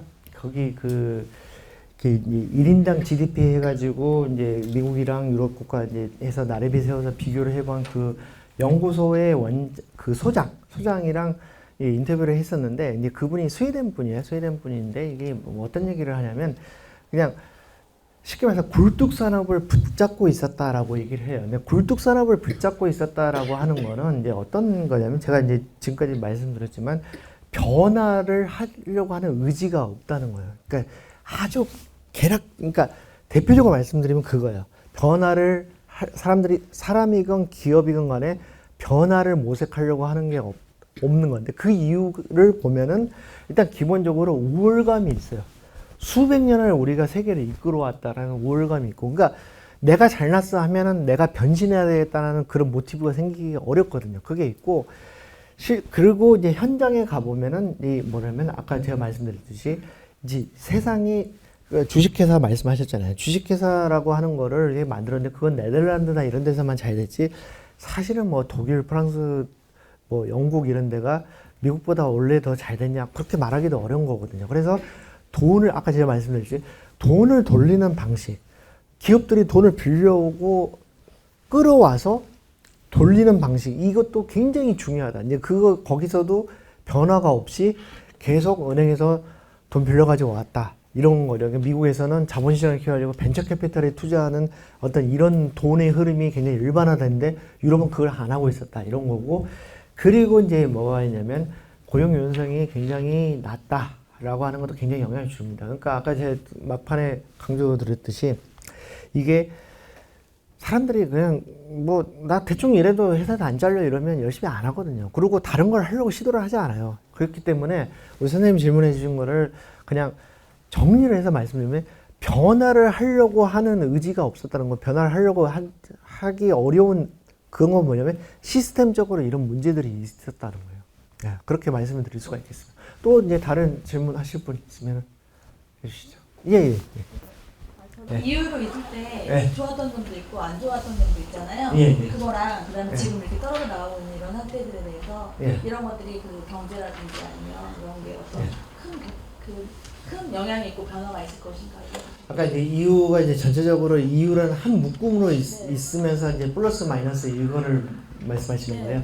아까 이제 하나의 이제 그러니까 이제 이유라는 게 탄생을 한 게 이제 자기네들이 이제 세계를 주도로 했는데 이제 미국에 비해서 사이즈에서 밀린다는 것 때문에 이제 뭉쳐서 했는데, 이제 경제로 국한해서 이제 놓고 보면 어떤 문제가 있냐면은 유로화라는 걸 쓰잖아요. 이제 같은 통화를 쓰는데 어떤 문제가 있냐면, 그러니까 유로화 가치 대비해 가지고 독일 같은 경우는 어쩌냐면은 자기네들 마르크화가 원래 그 가치가 더 높았어요. 근데 마르크화보다 더 가치가 낮은 유로화를 쓰니까 어떤 문제가 생겼냐면, 독일이 그 다른 유럽 국가들을 약간 착취하는 구조가 돼요. 왜냐면 여러분들 상식으로 보면은 그렇잖아요. 자국의 통화 가치가 이렇게 어때요? 낮아야 수출에 유리하잖아요. 그러니까는 독일 같은 경우는 어쩌냐면은 독일이 2011년에 유럽에 재정기가 나서 적극적으로 나서가지고 도와주고 했던 이유가 뭐냐면, 자기네들이 이제 어쩌냐면 마르크화를 써야 되는데 유로화를 쓰니까 유로화가 통화가치가 더 낮잖아요. 그럼 수출할 때 가격 경쟁이 더 생겨요. 그래가지고 독일이 또 수출을 많이 하고 그러니까 남유럽에다가 물건을 보내가지고 엄청나게 빨아들였어요. 수출을 해가지고. 그러니까 수탈을 당했다는 불만들이 엄청 많았어요. 그 남유럽에서. 그리고 남유럽 재정위기는 또 왜 생겼냐면, 도식적으로 말씀드려서 이탈리아나 뭐 이렇게 스페인 이런 데는 지네가 원래 쓰던 리라화 이런 거보다 유로화 가치가 더 높아요. 그러니까 어쩌냐면 유럽이라고 한데 묶여가지고 신용도가 높아지니까 돈을 많이 쓰기 쉬워요. 그게 뭐냐면 국채를 발행할 때 신용도가 높으니까, 자기네 실력보다 더 높으니까 국채를 발행했을 때 이 금리가 더 싸요. 그러니까 더 싼 값에 더 돈을 끌어와가지고 흥청망청 했던 거거든요. 그러니까 그게 하나된 유럽을 만든다는 게 어느 정도 이제 그 플러스가 된 점은 분명히 이제 있기는 있는 거죠. 그래서 어느 정도 이제 개방된, 사실 유럽 국가들 가보시면 알겠지만 국경을 넘을 때 거의 제약 없이 그냥 넘어가거든요. 경기도에서 강원도 넘어가듯이. 그래서 자유로운 이동과 함께 자유로운 교역을 해가지고 얻는 시너지 효과도 있고 협력도 잘 되고 했지만은, 기본적으로 돈을 하나로 써버리니까 이제 굉장히 그 유로화보다 높은, 그러니까 유로화보다 원래 자국의 통화 가치가 더 높았던 독일 같은 나라는 완전히 다른 나라를 뜯어먹는 구조가 되고, 그리고 이제 뭐냐면 유로화보다 더 낮은 화폐, 더 가치가 낮은 화폐를 썼던 나라들은 더 좋은 화폐를 쓰게 되니까 나라들이 게을러져요. 왜냐면 돈을 많이 차입을 싼 값에 할 수 있으니까 나를 백업을 해주는, 그러니까 그리스 입장에서 보면 독일 같은 나라가 나를 백업해주는 게 되잖아요. 그러니까는 그래서 이제 금융위가 나고, 그래서 그것도 역시 어떻게 보냐면은 발전을 못하게 만든 브레이크 같은 역할을 한 거예요. 그렇게 볼 수가 있습니다. 예. 또 다른 분 또. 그러면 혹시 전쟁 끝나서 지금은 유럽이 네. 똘똘 뭉쳐있지만 네. 지금 같은 경우는 전쟁 끝나면 또 EU가 네. 옛날처럼 영국처럼 막 떨어져 나가고 이렇게 되는 방향으로 갈 수가 있나요? 아니면 저는 이제 제가 똘똘 봤을 때는 이 구구 정당들이 주요국의 구구 정당들이 이제 EU 체제를 불신하기 때문에 구구 정당이라는 건 어떤 거니까 옛날에 히틀러 같은 거예요. 그래서 인종주의인 거고 국제적인 연합체 이런 걸 불신하고 우리는 우리끼리 잘 살아야 된다라고 하지만 기본적으로 영국이 브렉시트를 하고 난 다음에 경제가 썩 좋은 게 아니거든요. 브렉시트 악영향이 있습니다. 그래서 그것 때문에 정말로 EU를 탈퇴하는 나라가 나오기는 정말 저는 쉽지 않다고 그렇게 생각을 하고 있습니다. 예. 또 질문하실 분? 그건 언제 주시나요? 네.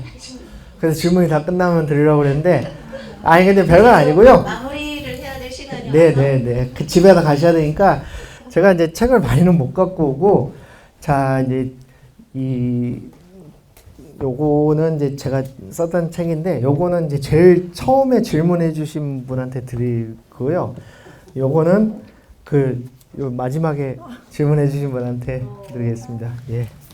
중간에 질문하신 분이 아니 왜냐면 이게 좀 젊으신 분이라 좀 양보를 해 주십시오. 예. 네, 선물까지 주시고요. 감사합니다.